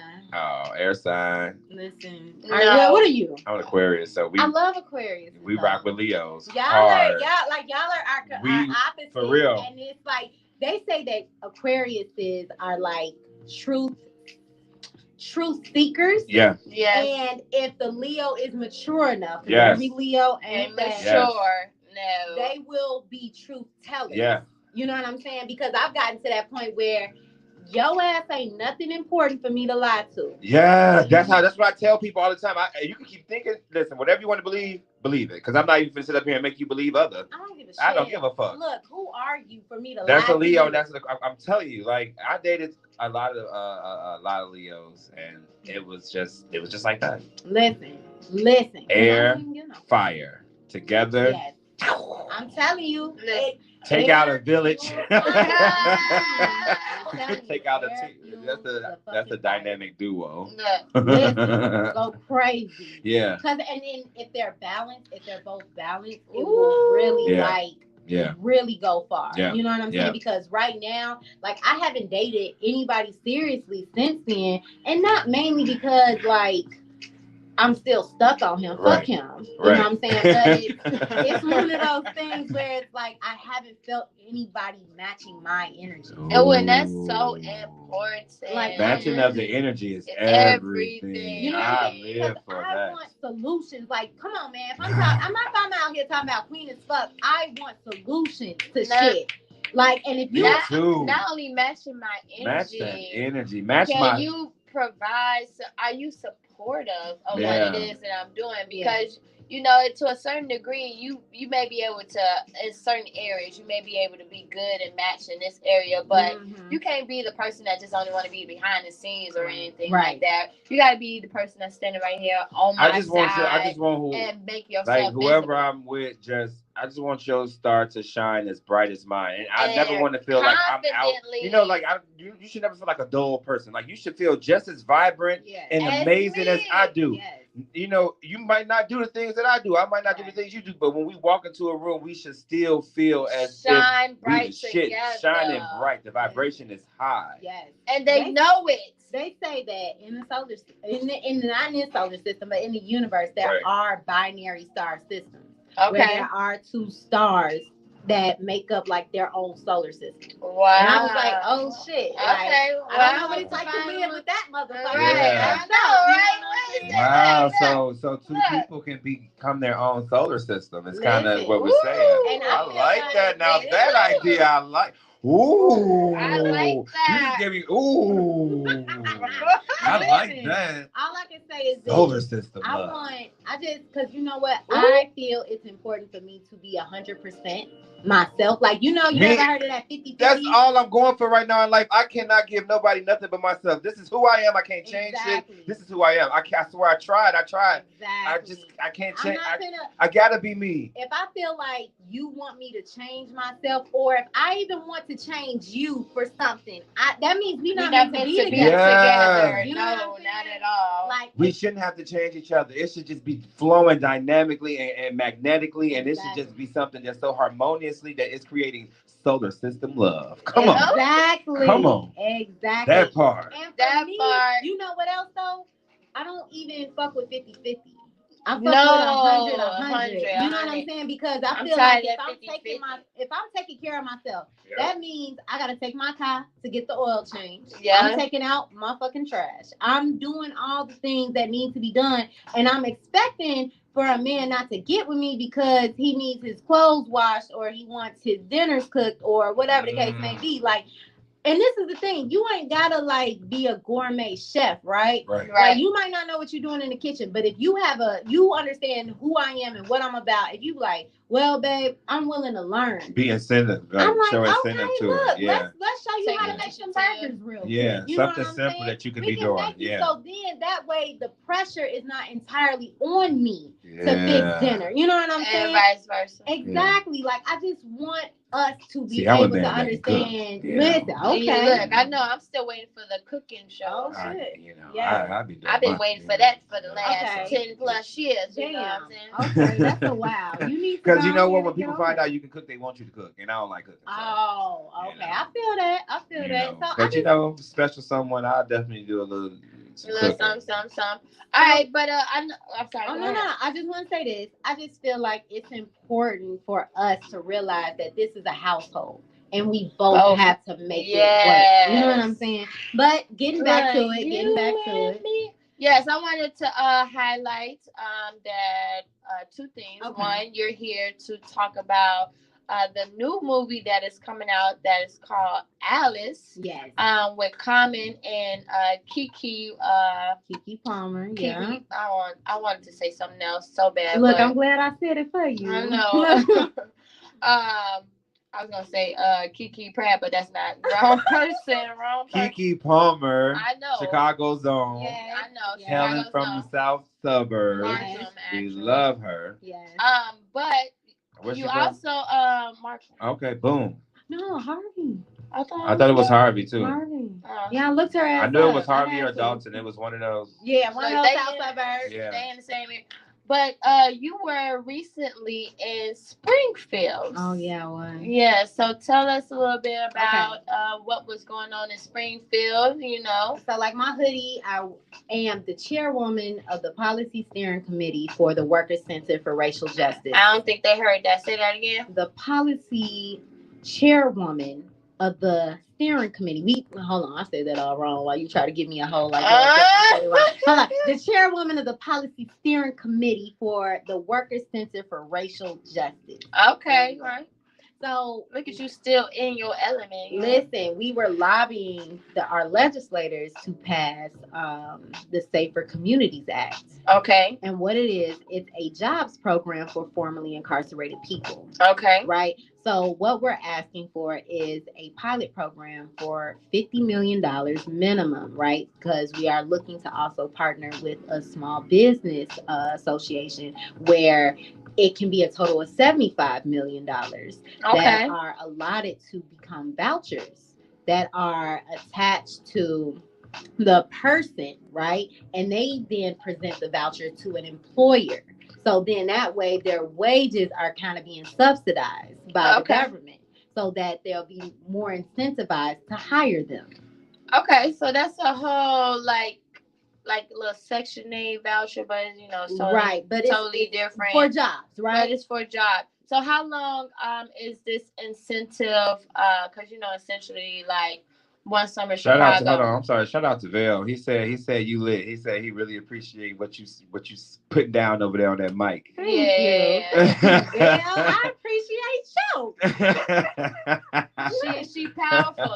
I like to be around powerful people, but in regards to that, like One Summer Chicago, One Summer Chicago has the incentive where they hire the youth for for 13 weeks, or the summer, however long. Right. So how long is this voucher or this incentive for workers, not returning citizens? Right, returning, yes, our formerly incarcerated persons, yes. Right? So it lasts for a year. Okay. Right, so it's a year long, and we're hoping by that time that they have given them a fair chance and that they have proved themselves a worker, because it's expensive to train new people. Yes. It's expensive to take on new, employees and stuff like that. So we're hoping that, because we basically, like, it's a monthly stipend that goes to the businesses. So it's not like, oh, you're getting all this money up front, and then as soon as I hire, then it's kind of like, oh, I got the money already. No, I don't need you no more. That's not like them temp jobs. So it's one of those things where we want to get people hired. Right. Okay. So this becomes like the foundation, and we're working now where small businesses will get more of an incentive, and specifically businesses that are impacted by heavily incarceration. So basically our neighborhoods, where it's like if your business is within our neighborhood, then you could potentially get more funds than like a Target or a Walmart. So this is the target is more like mom and pop small businesses to be able to hire the help that they need. Okay, I kind of like that. So with that, I'm business oriented and so forth.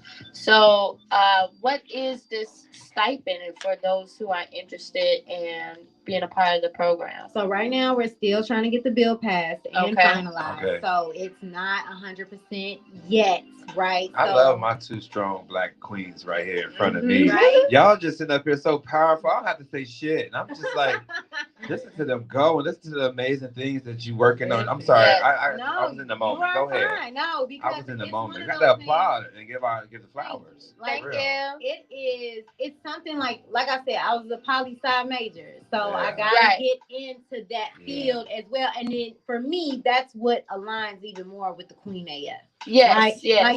Like I'm lit, I'm me. You know what I'm saying? As you should. But at the same time, when you hear me speak, you gonna know that I got some intelligence behind it. You know what I'm saying? Like we hear it. That's why we can turn it on and off. Yeah, exactly. We know. Exactly, and that's the thing. So just even going forward with the Queen AF, just to kind of put that back into perspective, I was an Uber and Lyft driver for many years.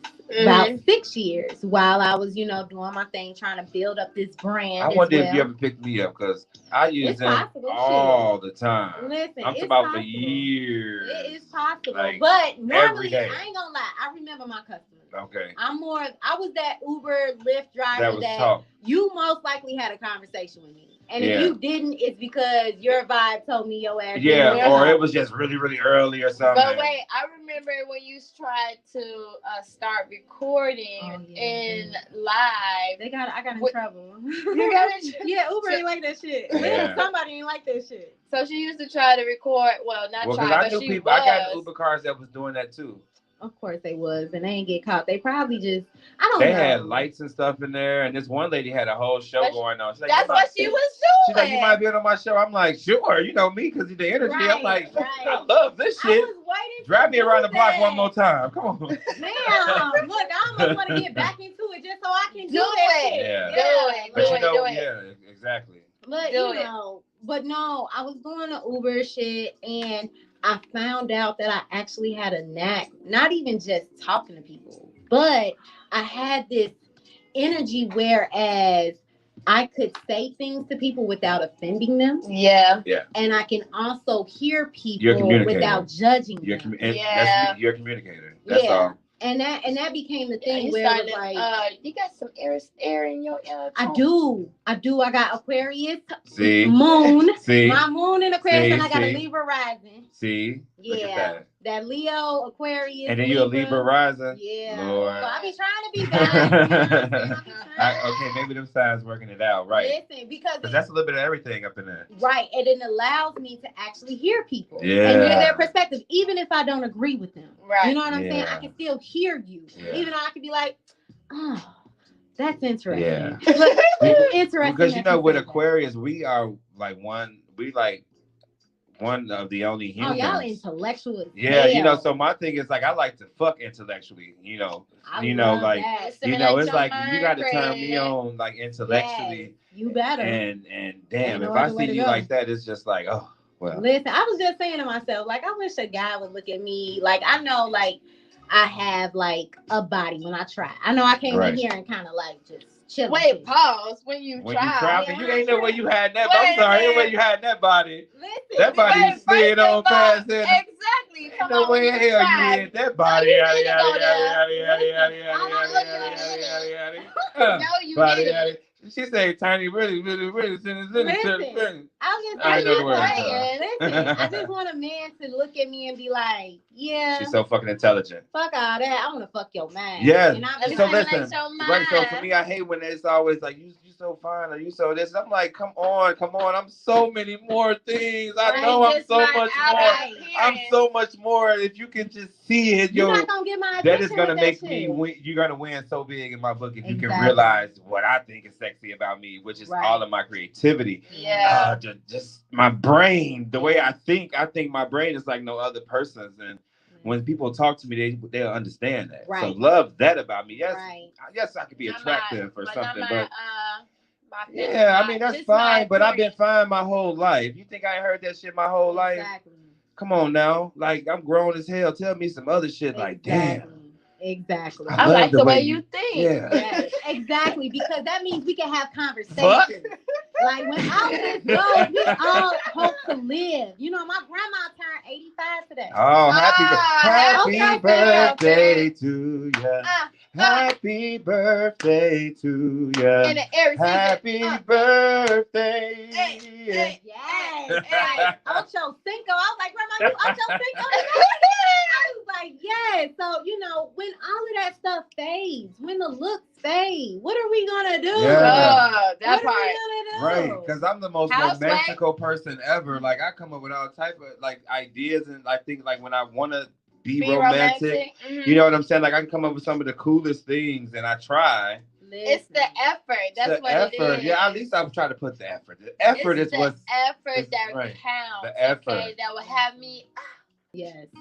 Anyway, because look, I'm sorry. Like, because of the work that I'm doing and constantly looking for solutions for us, it becomes that thing. What was talking about? What happened? Some more wine. That's why. Oh yeah, where that's at? Okay. Like I'm like, yeah, where that's at? So yeah, it's just one of those things for me where it's like I want to. What is it? Like I want to love somebody. Passionate. that's passionate, but I like to work. I actually like to work because I'm constantly looking for solutions for our people. So this shit really intrigues me, and it's the shit that I want to do. Don't let me get high because this all we gonna talk about. This is all we gonna talk about. Like, I need to focus. My brain works on overdrive when I'm high. So it's kind of like, let me just do this shit. You know what I'm saying? So if a guy wants to look at me like, nah, man, let's sit down, let's lay down, let's do this TV. No, shut the hell up. If you ain't gonna help me that shit, then shut the hell up talking to me. I ain't got time for your watch shit. TV like that, but yeah. Listen, like, I really want, and it's not even about me. Genuine, yes, relation. Like, I want a relationship, union. And you know what it is? You know what's messed up? Because I done called myself Queen AF. Now all I can have is a king. Yeah, you know what that I'm part. Yeah. And if a motherfucker's not a king, so you a peasant. So you're not an alpha female. Yeah. Do you think that you're an alpha? So I don't know how to explain this because you said I'm gonna try alpha. not to answer that. You said alpha. But how I've come to look at it is people usually turn it into dominant or submissive, right? Okay. And I am neither, right? I don't show yourself. I'm listening. Listen, I don't want to control nobody's moves. I don't want anybody to control my moves. Okay. But what I am, as I defined it, is I'm an alliance woman. I say that all the time. I don't want. Say that again for the people in the back. Listen, I am alliance. I want an alliance. I want a partnership. Yeah. You know what I'm saying? Yeah. Like when you think about I know people. I know we hate, CPD, the pigs, all that shit. But looking at my father as an example, right? They have partners. Right, and this partner is supposed to protect you. Yeah. They will stick their life on the line for you. Yeah. You know what I'm saying? That's a different. You know what I'm saying? And you don't even know this motherfucker. This is your coworker, and they supposed to die for you. What? I'm supposed to die for you, and you just my coworker? I got kids at home. What are you talking about? That part. These are the things that I'm looking for: a partnership. And if you can't provide me with a partnership, that means you can disagree with me, but don't disagree with me just for the fucking sake of disagreeing with me. Disagree with me because you actually have a different perspective that I want to hear and appreciate. Don't just do it because you just trying to go opposite of me, because that's gonna piss me the fuck off. Right. You know what I'm saying? Because now it's like, do you not hear what I'm saying? Right. No. Right. Like, I'm trying to lay out like Aquarius, right? Aquarius. So I have an element of me that is very logical. Mm-hmm. Right? Yeah. That I really try to understand the logic behind something. Me too. So if you coming at me and and I'm not saying men can be sensitive. I want you to be able to feel your feelings. Yes. I really want that, because if you're not, that means you putting it out into the world in some other type of way. And that means you're not going to ever be able to take accountability for anything that you do if you cannot acknowledge your feelings. So that's so true. Yes. That's a whole show in itself. Yes, it is. And I just look at it like, I just really want, because I've been around guys that I feel like want to tell me what to do, and I'm like, look, we're not even gonna. That's not gonna even work. Look, we're not even gonna let this shit get five. We gotta stop. Like, or if I just feel like if they don't know how to communicate, and I'm doing all I can to communicate and be vulnerable and be honest and all of that other type of shit. And you know what's crazy? I really want a guy who understands that he can be honest with me about literally anything. And trust the fact that when I tell him something, because I ain't gonna lie, ladies, we be fucking up, because we will tell a motherfucker, yeah, you can tell me what's up. And then next thing you know, he tell you, and then now you done go the fuck off.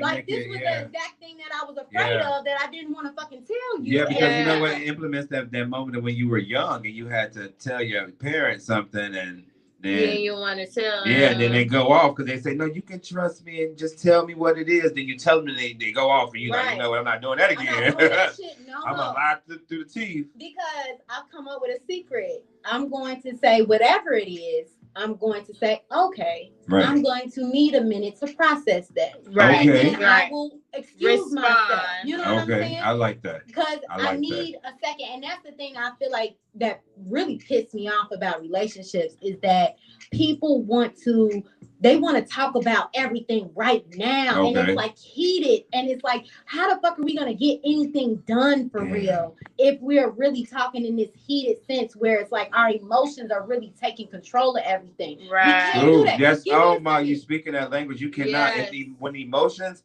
are at the top of the hour at that argument, you will get nowhere. It would only get worse. And sometimes it can get physical. And the words can cut deep. I always said like when I would get in those heated arguments, I would be like, you know what, I have to go walk away. I have to go walk. I have been walking down the street. I didn't give a fuck where I was going. I just went. And it's like, no, come back. I know I'm back on the train. I just got on the train. I had fell asleep on the train. Like just over. Like I just did not want to deal with no arguing, no shit. Like for my soul, my energy, and to this day, I never understand like. That, but you know, that's you have to just walk away because inside you be about to just commit murder. I need a minute. That part. that part. And I need a guy who's going to be able to respect that because it's usually the woman that is like still like, no, we need to do this. We need to do this now. And when it's the woman who's kind of like, all right, I need a. But nowadays, you know, guys and girls have come to both liking a little drama. You know, this reality TV has put everybody in the. Can I just say, side note? I heard that there's going to be a bad boys club. It is, and they beating each other ass and all types of stuff right now. That's why I can't understand. Is it today? Look, I'm like, it's on there right now. I think it came on this weekend, but I cannot. Yeah. Like and the thing is, I just want to be able to watch it to kind of understand men more. Like honestly, I've been a study of your gender, your sex for a minute now. Right. Like I have come to be known, in my opinion, as the curve queen. I can curve people without having them cuss me out and without giving out my phone number. So soon there will be a video to ladies to how to do this, but I'm not gonna lie, it's going to require the ladies to have a different reaction to that. The men. Okay, so that means that they gotta be secure in and who they are. Yes. And there's a lot of women that's not secure in who they are. I saw a group of 3 guys. They wanted to come holler at me, and I looked at them, and they thought that they were going to like, you know, beat each other out for who got the chance to talk to me. All 3 of y'all come here. Right. Because I'm going to make the decision. I've done that. I've done that before. Right here, stand in front of me and let's figure this out. Because I want to know what do you do for a living? What do you like?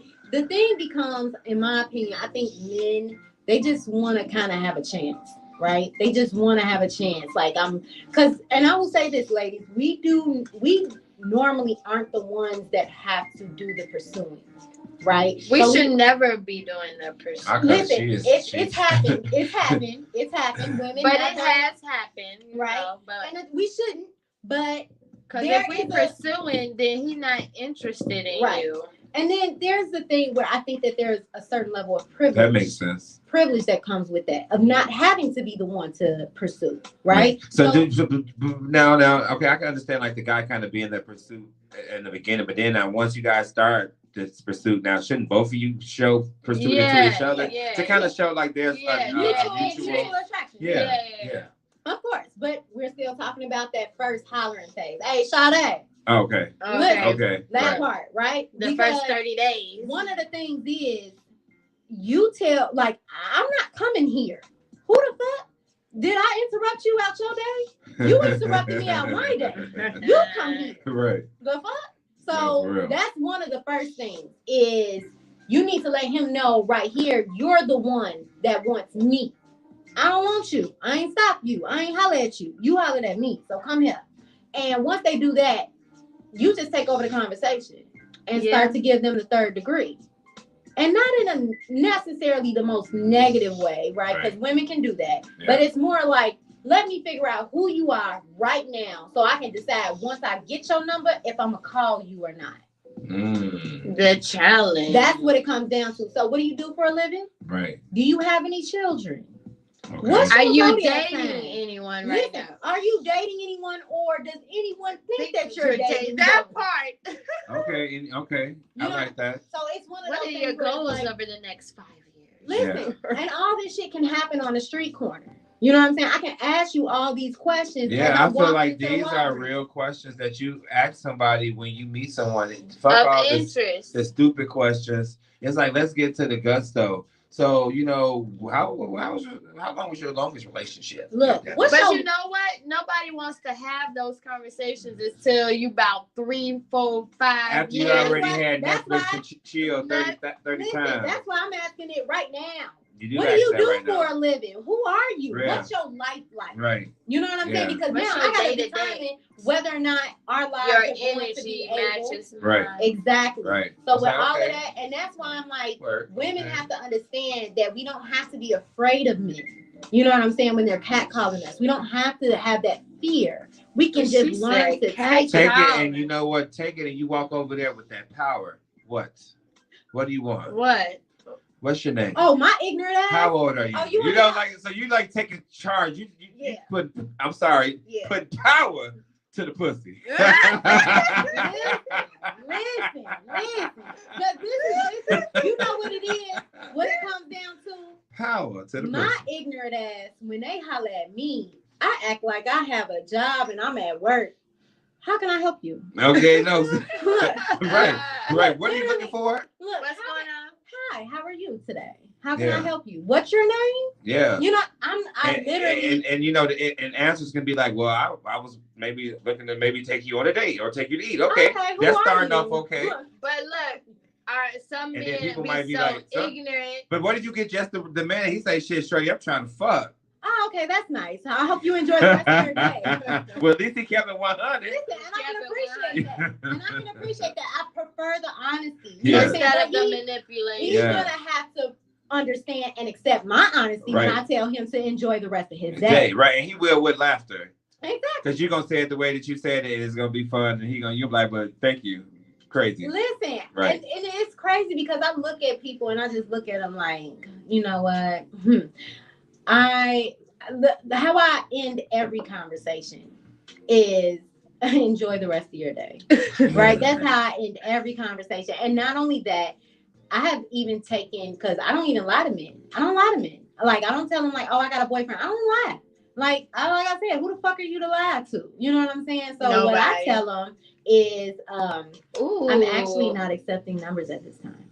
Oh. But you know what? Even with that truth, most men cannot handle, oh, you talking to somebody else? Oh, I didn't say that. I just said I'm not accepting. No, I know. I heard that.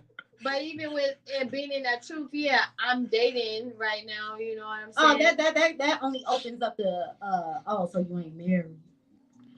They will. Yeah, that would be the next stage. But you ain't married, right? You ain't married. But then you have the women that say, and I as long as I have no ring, I don't commit, and I don't, because you do have those women that say that, hey, I'm not claiming nobody. Ain't no ring on my finger. I don't care if I live with somebody for 7 years. Ain't no ring on my finger. Okay, look. So this is my tip to men, right? I have tips. So get a promise ring. No, so look, because the promise ring ain't still official. No. So this is when approaching, right? This is my tips to men. Do whatever opening line you're gonna do to make her laugh, to make her smile, whatever it is that you're gonna do, right? But then your follow-up question is already, do you have a man, right? Ask her that. Right? Because lead right into it. Exactly, because you're gonna be able to discern what her interest level is. Yeah. Because if she says, no, I ain't got no man, she could have easily just lied to your ass and got you off of her back. You know what I'm saying? But if she said, yes, I do have a man, you only have one follow-up question after that. Are you happy? Yeah. Right? Because now that's a real question. That's a real the opening. It's either going to give you the opening and say, okay, yes, let's continue on. Or she going to say, yes, I am happy. And it's like, okay, leave her the fuck alone. She ain't trying to fuck with you. You know what I'm saying? Yeah. Like, that's it. That's all men really have to do to gauge whether or not a woman is interested. Or, you know what I'm saying, have some level of attraction to him. Because without all of that, you just seem like a bug. Yeah. And motherfuckers don't like to be bugged, and this is why women react the way that they react. You know what I'm saying? And I get it. You know what I'm saying? I just chose not to react that way because I think that I'm not going to say it's necessarily a compliment, but it's a level of a compliment for you to approach me to kind of say, hey, you're worthy of me trying to fuck. Right. Whether if that's your intention or whatever, I'll take it. You know what I'm saying? Because I know at the end of the day, I'm not fucking you. Right. Exactly. That part. But I appreciate your honesty.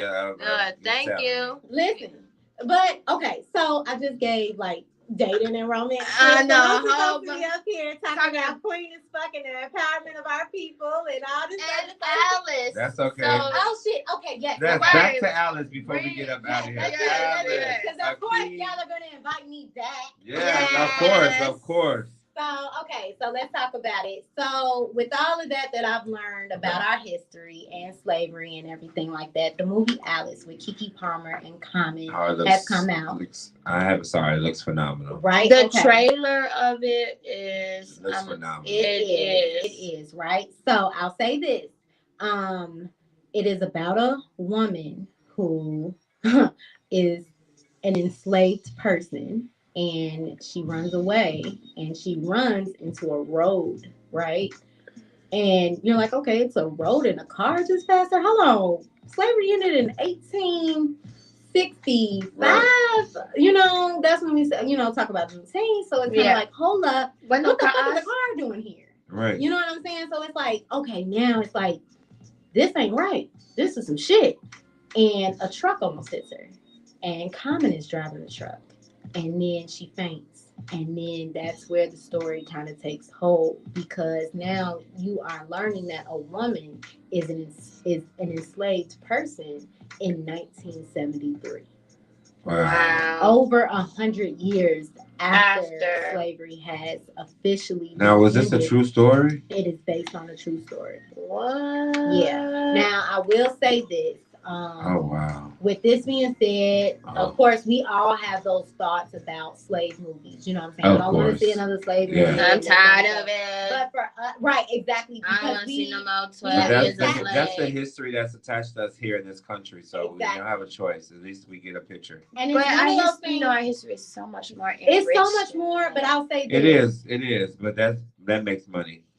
Listen, and I will say, look, you see my arrow. The problem is, I just feel like the further and further we get away from it, I feel like we'll do better. Yeah. But no, and I feel that, but I also feel like it detaches us, and this is the scary part. I think it makes us angry. Right, it makes us angry, but it detaches us from slavery when people say like, "Oh, slavery was 400 years ago." No, that's not the right thing. It's still going on today. Right.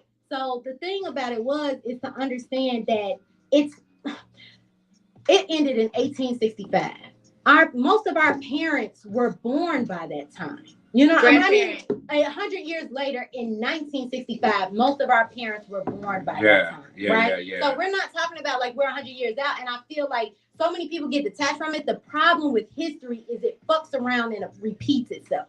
Yeah. So we are living it right now. Right. And if we don't learn and try to understand, because I think that that's true. I tell people, slavery, it took away so much, when they stripped us. They stripped away our cultures, the way that we dress, the autonomy of a person to be able to choose what the fuck they're gonna do with the rest of their life. Wear y'all hair, it was just a lot. They took away our religion. They took away everything. They took away who we were and stripped us and made us slaves. They made us blank slaves. We were just blank souls. And then they and then they started to rebrand what they wanted us to be by saying, well, just go on, they let us, you could build a chapel.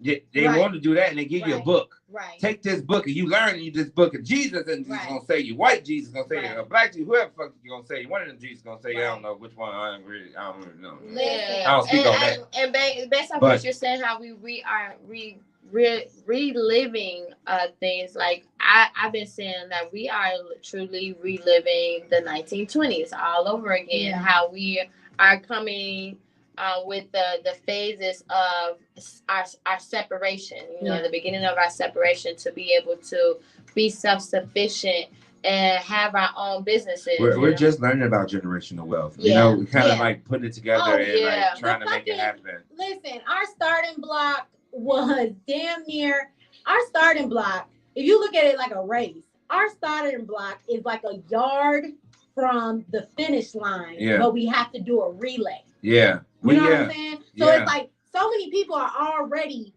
coming up on the finish line, and we just got off the fucking started. block. Yeah, even the people that come to this country, they already ahead of us. And it's it's unfortunate. It's sad. But listen, I'll say this. As Queen AF and how I'm learning, because like I said, I am a studious person. The most fucked up part about it has been our own mentality of keeping ourselves locked in a particular situation, because a lot of us tend to surround ourselves with like-minded people. So when you're woke, you're around a lot of woke people. But you don't realize there's a lot of motherfuckers that sleep. Yeah. Oh yes. No. You know what I'm saying? Look, I bear witness. Oh my gosh. I can't even. When I meet them and you talk to them, I just stop talking, because they'll look at you like, listen. I stop trying to wake people up.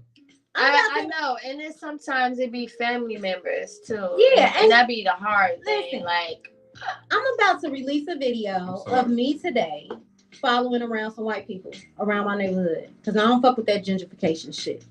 All right. Yeah. Oh, he just went into the Foot Locker. What's he doing? What's the woman doing? I'm on y'all ass, because we need to start realizing when they come into our community, are we talking to them? Are we asking them any questions? Yeah, like they'll ask us, hey, what are you doing here? Exactly. Hi, what brings you around here? Exactly. Do you know somebody over here? Ownership of our land to kind of say, hey, I don't have to cuss you out to do it. Spanish people do it. Listen, in that area, they come to, you see when the pandemic hit, the Spanish they was on that shit. Don't you come over here. Yeah. It wasn't even a we holy strong.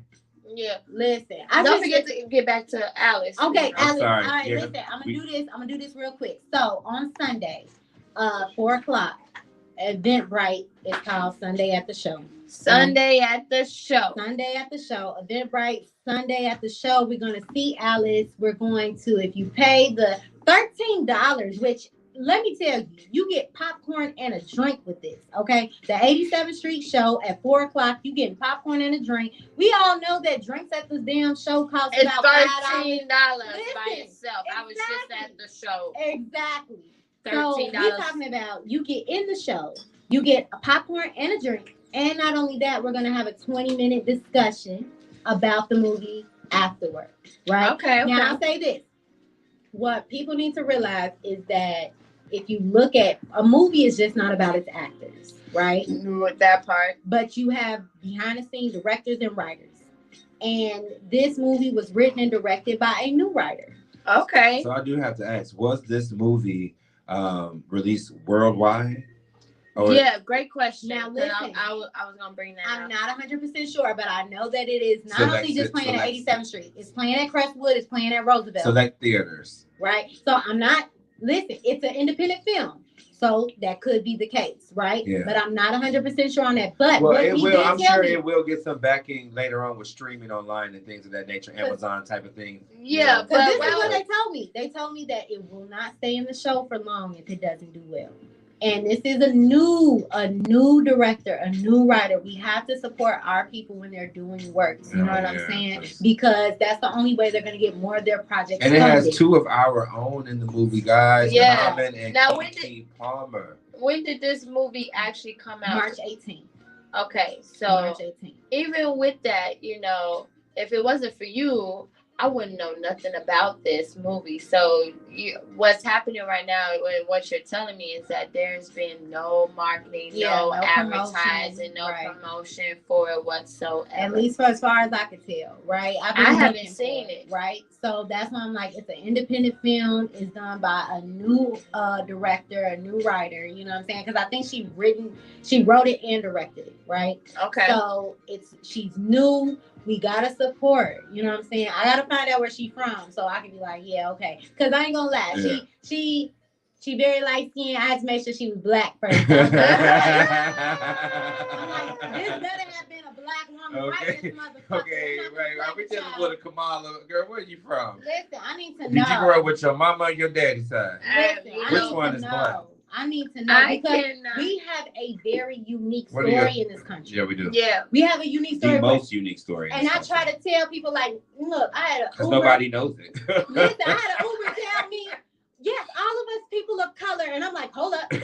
I'm like, hold on, let me tell you something. Like, right. I appreciate your sentiment. However, you need to know that Black people are still under the yoke of our oppressors. Yeah. That's what you need to understand. Yeah. A lot of people outside have fled their oppressors and come here for a better life. We are still here. Yeah. You know what I'm saying? So let's not act like civil rights. Look, I ain't got time for people. I love people. So listen, not civil hold rights. on, right before we go any further with that, I just want to say, with all that being said, guys, listen, if you are around the theater and you guys can go out and you can watch Alice with Key Palmer and Common. Look it up. See if it's in the theater near you. Go check it out. Or if you want to come to this where is 87th Street. You know the 87th Street show. Yes, 87th Look, everybody know the 87th Street show. But she also says in what, Crestwood? It's in Crestwood. It's at Roosevelt. It's most likely at Country Club. You know okay, yeah. But you know, I'm trying to help y'all. And you should be able to Google it and figure it out too as well. But get up on that deal that she spoke about, y'all. Y'all get some 20-minute conversation. Y'all get some popcorn. You know what I'm saying? And a drink. Shit salty. For $13. For $13. Like, that's lit. Come on now. Popcorn itself be like $5-6. Yeah. Shit. You know what I'm saying? And the ticket be like $12. It do, yeah. So I mean, see, popcorn about $8. Listen. Right, that's what I'm saying. That wasn't and the they got price cheese I popcorn paid. there, y'all. Yeah, really? They do. They got cheese popcorn. Now I might just come for the cheese popcorn. Listen, I'm trying to tell you. Listen, and this is the thing. 87th Street got the liquor too. Yes, they do. And I will tell you like this. If you haven't been at 87th Street I haven't been at 87th Street Theater years, since I was a youngster. And this is the thing. We have a reputation. And the reason why people don't want to go back. And the thing is, after the pandemic, it is very slow. Yeah. And I think that it is time for us to rebrand our theater too. You know what I'm saying? Because we got to rebrand the things that are in our neighborhood. So are they still renting out the theaters and stuff like that? Yeah. I would love to do that. That's why when I finish my movie, shooting and get it done. Listen, I know listen, tell them you know me. You know what I'm saying? No, I'm going to just talk to you. Shit, and then I can hook you up with Brian You're going to be a familiar conversation, familiar face. We'll listen, see. because Brian you got to come back on 290 though, you know. Because we doing some 290 shit on the west side, you know what I'm saying? Even though we from the south side. I'm gonna take my mama car because that Charger takes too much gas. I'm gonna take that Buick. Fuck that. Okay. Listen. But so yes, please, Alice is coming out. It's time for us because I think it's the movie that we kind of been wanting to kind of like understand, like, what does a person who has been enslaved, who then gets indoctrinated with all the 70s and the 60s and the past that is actually like the past has had to catch up with her. You know what I'm saying? It has to catch up with her for her to realize what is Black people doing. Every Black person you see, is they free? Is they free? And I'm like, people looking at her, what the fuck you talking about? Right, you know what I'm saying? Like, bitch, you hit your head. Right. Like, you slow as hell. You are, but the whole time, she know exactly what the fuck she's talking about. Yeah, but you love that. So was there other people that was with her enslaved still? Mm-hmm. Yeah. And they was basically had their own land, so nobody ever knew. Yeah. And they was just kept reproducing the people and bringing them up in slavery. Oh, they knew other plantation owners who had basically done the same thing. And what they did was they went to changing them from slaves to domestics. So they called them domestics. You know what I'm saying? So they didn't use the word slave. So they wasn't even sharecropping. It was. They just called them domestics. Oh, wow. You know what I'm saying? So because then they start making sharecroppers. And right. Then they say you get a little money to bring in your stuff. And listen, the United States, in my opinion, it's a motherfucker. Listen, they do not want us to truly understand our history. Yo, that's why it's so confusing. And for me, right now, divide and conquer. Listen, what I'm trying to do now is understand how to get critical race theory. Do you believe in this ancestry, DNA.com, ancestry type of thing? Or they have one for Black people. Listen, that the Black man made. I'm wishy-washy about a black man made one that's for black people. Which one? What's it called? I can't think of it, but I'm sure if you put it in on Google, they'll figure it out. I'm a little like I'm on both sides. Like it would be nice. Seriously. Right. It would be nice to know what where what helped bring what brought this look about, Yeah, listen, you don't know where you truly are going until you know where you've been. Right. But and unfortunately we spoke, they mixed it up so much. We don't know. But on the flip side is they can tell us anything. They can tell us anything. Two, what are you looking to do actually with my saliva? Right. That and DNA. How in my DNA, like what are your other plans with that? Because you're not. My plans, of course, is just to understand where I'm from, but your plans may be that right. You might go be creating a baby, an embryo. And not only that, and I bring that up just based off of what happened with I can't think of her name right now, but the young lady that was that's from here that's married to Prince Harry right now. Oh, Meghan. Yeah, Meghan. So look, I know her first name. Queen I like her. Look, Queen Meghan. You like you hang out with her, right? No, as you should. Meghan, but the fact that they were able to tap into her DNA to say no, she is right. We want her to have a child. You know what I'm saying? But her DNA is tied to something that's more, that long history of. They know. Listen, they know when you have babies with black people, you know the lineage behind it. That's why the Kardashians. That's what I'm saying. They knew what they was saying. They got the black babies. It's something more about it. Melanin is 666. Melanin is priced more than gold. Absolutely. So how are they extracting this melanin? How are we selling That's melanin? why they coming up missing. No, you need that. That's nice. But okay, so let me just say this. I just feel like when it comes to a whole nother conversation in itself. Listen, when it comes to the whole DNA thing, I'm just gonna dream that I'm from Cameroon. Like I just they say most of us are from those areas like that. I watched this on the Love and Hip Hop show where I seen it was a Love and Hip Hop special actually where the homeboy Double T. Which one? You got to tell me which one so I can know which one. It just says special like Black History special, and it's hosted by Double T. He actually trained me in radio. He's from Chicago, young brother. He's of Ghanaian descent. Ghanaian descent. But they did the test, and then it was a few of them there. Like Mama D, she found out she hailed from Sierra Leone. Yandy found out she was Cameroon and something else. What's his name? Papoose. He was Cameroon and Sierra Leone and some other stuff. So, it was kind of interesting, I guess, to kind of find out. And then they gave them all a piece of it. Now, Carly Red, she was from, what's the one with the N? Nigeria? Yeah, she was Nigerian. I can see that on her. She was Nigerian. And then it was another girl there. It was another girl there as well that had that Nigerian in her as well, and they connected like that too. But when they did photo shoots at the end after they told them where they were from, so they dressed them up like the people that was there. Nice. Oh, it was dope. Oh, that's beautiful. It was dope. Beautiful. That's beautiful. But when I look at the people in Africa, I don't see me. Right. Shit. There's supposed to be like this Netflix joint that's like, I don't know what it's called, but it's like African and Rich. Oh yeah, I know what you're talking about. You know what I'm Yeah. I know, but I was like, shit. Yeah. Enlighten me and the people that don't know. Africa is, first of all, don't sleep on it. Yes, a lot of it is just kind of like the motherland and stuff like that, but it's very industrialized, and there are some rich ass Africans over there that's living it up just like any other country. You know what I'm saying? Oh yeah, for sure. So basically, it's a TV show. It's like a reality show, and it's just showing that listen, Africa doing it too. But it shows the culture. That's our culture. The way that they dress, like. The hairstyles, it's the reason why y'all like big earrings and things like that. Yeah. Or listen. Head wraps and things. And our braids or how we design. It's the reason. I'm going to watch it just so I can brush up on my African accent. Yeah, exactly. Look at you over here. I'm going to try to work on my African accent. I swear to God. But I'm telling you, don't watch Wakanda to work up on yours because I don't know what the hell dialect they were speaking in Wakanda. Rest in peace, Chadwick Boseman. My man.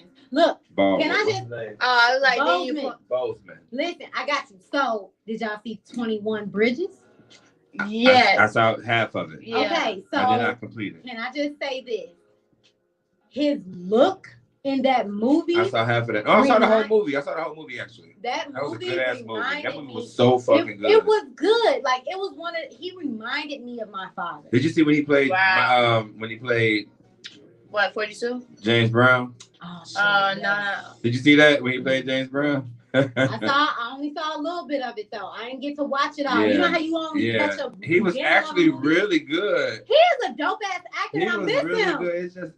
It's just fuck cancer, man. Listen, fuck cancer. It's just reassurance. I But it feel shows like you that was programmed. That was part of their. Well, you know what? It just shows you that also, when these celebrities, they are not untouchable. We lose our family members every other month and every year, and they humans like us. They took that from. They took them from us. Hold on. Can I just say that's this? a different. Oh, that's a different conversation. I just thought he was sick. I'm gonna steer it. Look, hold on. I'm gonna steer it this way because in that movie, the haircut, all of that shit, he reminded me of my dad, and not only the fact that he was driving a Charger in that film. You know what I'm saying? It stuck with me. It stuck with me, and the time, on that movie, they put the time in there. Yeah. His birthday, my father's birthday, 4:22 a.m. was listed in that movie. 4:22. I was like, oh shit, is the universe trying to say something? Like, hey, universe, I see you too. 4:22. I was like, damn, yeah, he's a Taurus. That's probably why we didn't get along. I love Tauruses. My best friend is a Taurus, April 26th, but as a father, he like a cuspy. He got the little Aries Taurus. Yeah, but anyways, I appreciated him for being a police officer because he policed the community the best he could. And when he did go to the white folks' neighborhood, he was pulling their ass over left and right. Shout out to you, gang. He would never tell him like, "Oh, do you know who I am? Do you know who this is? I don't give a damn who you are. You gonna get this ticket? The fuck you talking about? You gonna get this ticket right now? Do you know who I am? They love to pull that privilege, but I am so glad that you came on the show finally. I'm sorry, I figured out. Listen, I'm putting together events. That is what I do as Queen as Fuck now. I put together events to push us forward, to not only entertain us, not only to educate us, but to empower us. I love it. That's the important part. Like, we need to start feeling okay in our skin, loving our skin. Not even okay, accepting and loving ourselves in our skin. That is what my game night is about. Yeah. That, unfortunately, it's only by invite only. Okay. Because I am new, but I've been doing these events, but I want to, do an event that's in a mutual locations that most people can come to and kind of like know just how I handle myself with a big group. You know what I'm saying? So the game night is for our culture, but just because I'm doing it now for invite only doesn't mean that it will be only invite only in the future. Well, I will be there. It's tomorrow, right? It is. It's tomorrow. I hope to see you there. Look, it's I'm tomorrow. so ready. I'm so excited. It's like I'm about to get on a roller coaster. And I love to ride roller coasters in the front row only. That's the only way I ride a roller coaster. Me too, but the back got the most pull. This is what I hear. It's true. The back got the most pull, and my hands are up the entire time. Yes. I love it. Eyes open, hands up. I love it. And in a couple of months, I'm gonna be going skydiving, so I'm really excited. What? Take me with you. I'm definitely. I'm ready. Okay, well, I'm listen. so ready. I want to go base jumping. I'm ready for that too. Never heard of that. So it's the thing. You ever saw the Queen Latifah movie when she was about to die, where she wasn't gonna die last holiday? Yes, she did the base jumping in that movie, and chickened out. It bounced you or something? Now, you had to look like a bridge, and you kind of like. I don't know. It's like you flying. You got the look. No, but it's not bungee jumping. No. Are you swinging or something? No. It's like you got the little suit on or something like that. Oh, and you fly it's like a Dorito. Okay. A hang glide. The flying squirrel, whatever. Is it hang gliding? No. Oh, I know you're talking about. You put that thing on. Yeah. The flaps come come out here. So then what, you jump from something? Yeah, big ass bridge or some shit. What if you go like this? Your ass don't fuck around and die. You better open them fucking arms. Shit. Your arms and legs, you fly like a flying squirrel. Listen, this has been a really great night. I've enjoyed you ladies. The conversation clearly can go on until tomorrow. Queen as fuck, lovely personality. I definitely want to invite you back to just come when you ready to put that drive into 290. Yes. And you want to come out here and come hang out. Well, you're you more know, than there welcome. may be I should have stopped fucking around with a war and fucking up my gas prices with a bitch ass. Now we've been actually in war since Trump been in office, but that's a different conversation. True. Trump and Putin had a good little boy, they was fuck buddies. They had a good relationship. What it was. They had a good relationship. He was keeping him off of us. I actually want Trump back in office. Oh, hell no. I can't fuck with you on that. But that's okay because I still love you. He was. I voted for Kanye West. I'll take that too. But Trump kept it. You know, we actually knew what Trump was up to because he didn't give a fuck. Yeah, he definitely tells the truth. I feel like he's very much so like any real American. And he was very business because oriented. in America, that we part. are all.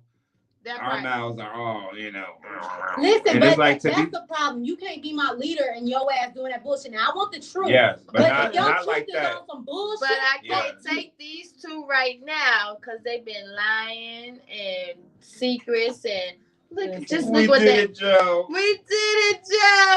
Listen, we did it. Listen, they asked. Listen, I'll say this about Cam and Joe, right? Cam and Joe, whatever the fuck you want to call them. Yeah, their asses is on some bullshit, right? I knew that from the beginning. They love to play on people's say, so this is okay, can I just talk about a real future for America? No. You got 30 seconds to drop this real future for America. Can I just say that we don't, as big of a country as we are, we need to become under a 3-president system. Three executive.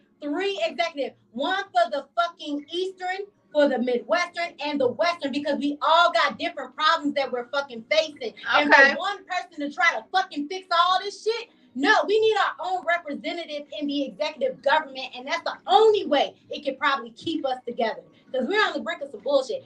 I ain't gonna even talk about the show I just watched on HBO Max called the DMV, where it was. I saw that. I ain't watched it yet. I haven't watched it. Watch the DMV. Okay, the watch DMV on HBO Max. It is Rosario Dawson and Benjamin Bratt. I love her. All of them, like it was like a now, but it was a post-Civil War America, where it was divided into the United States of America and the Free States of America, and New York was really like broken up. And this part that they were talking about. Tonight. Yeah, that sounds. It's only 4 episodes, and they're each an hour long, so you'll be able to make it through in like one day. Okay. Look. I'm gonna spread it out. DMZ, watch it. I love that fucking This is show. on Showtime. Girl, I said HBO. HBO. I missed that. That's why I said. It's the clarity over here. Because I don't watch TV at all. I know. That's why I kind of gave you a pass. You gotta go. All right. I can do this all day with y'all. I can do this all day with y'all. It has been such an amazing time here. I'm gonna come back. And I promise you have an open invitation to come on back. Thank you. Because I'm going on vacation next month, and you may be able to come fill in, you know? Oh, shit, let me know. So listen, y'all, we're going to close out the show with Bad News by...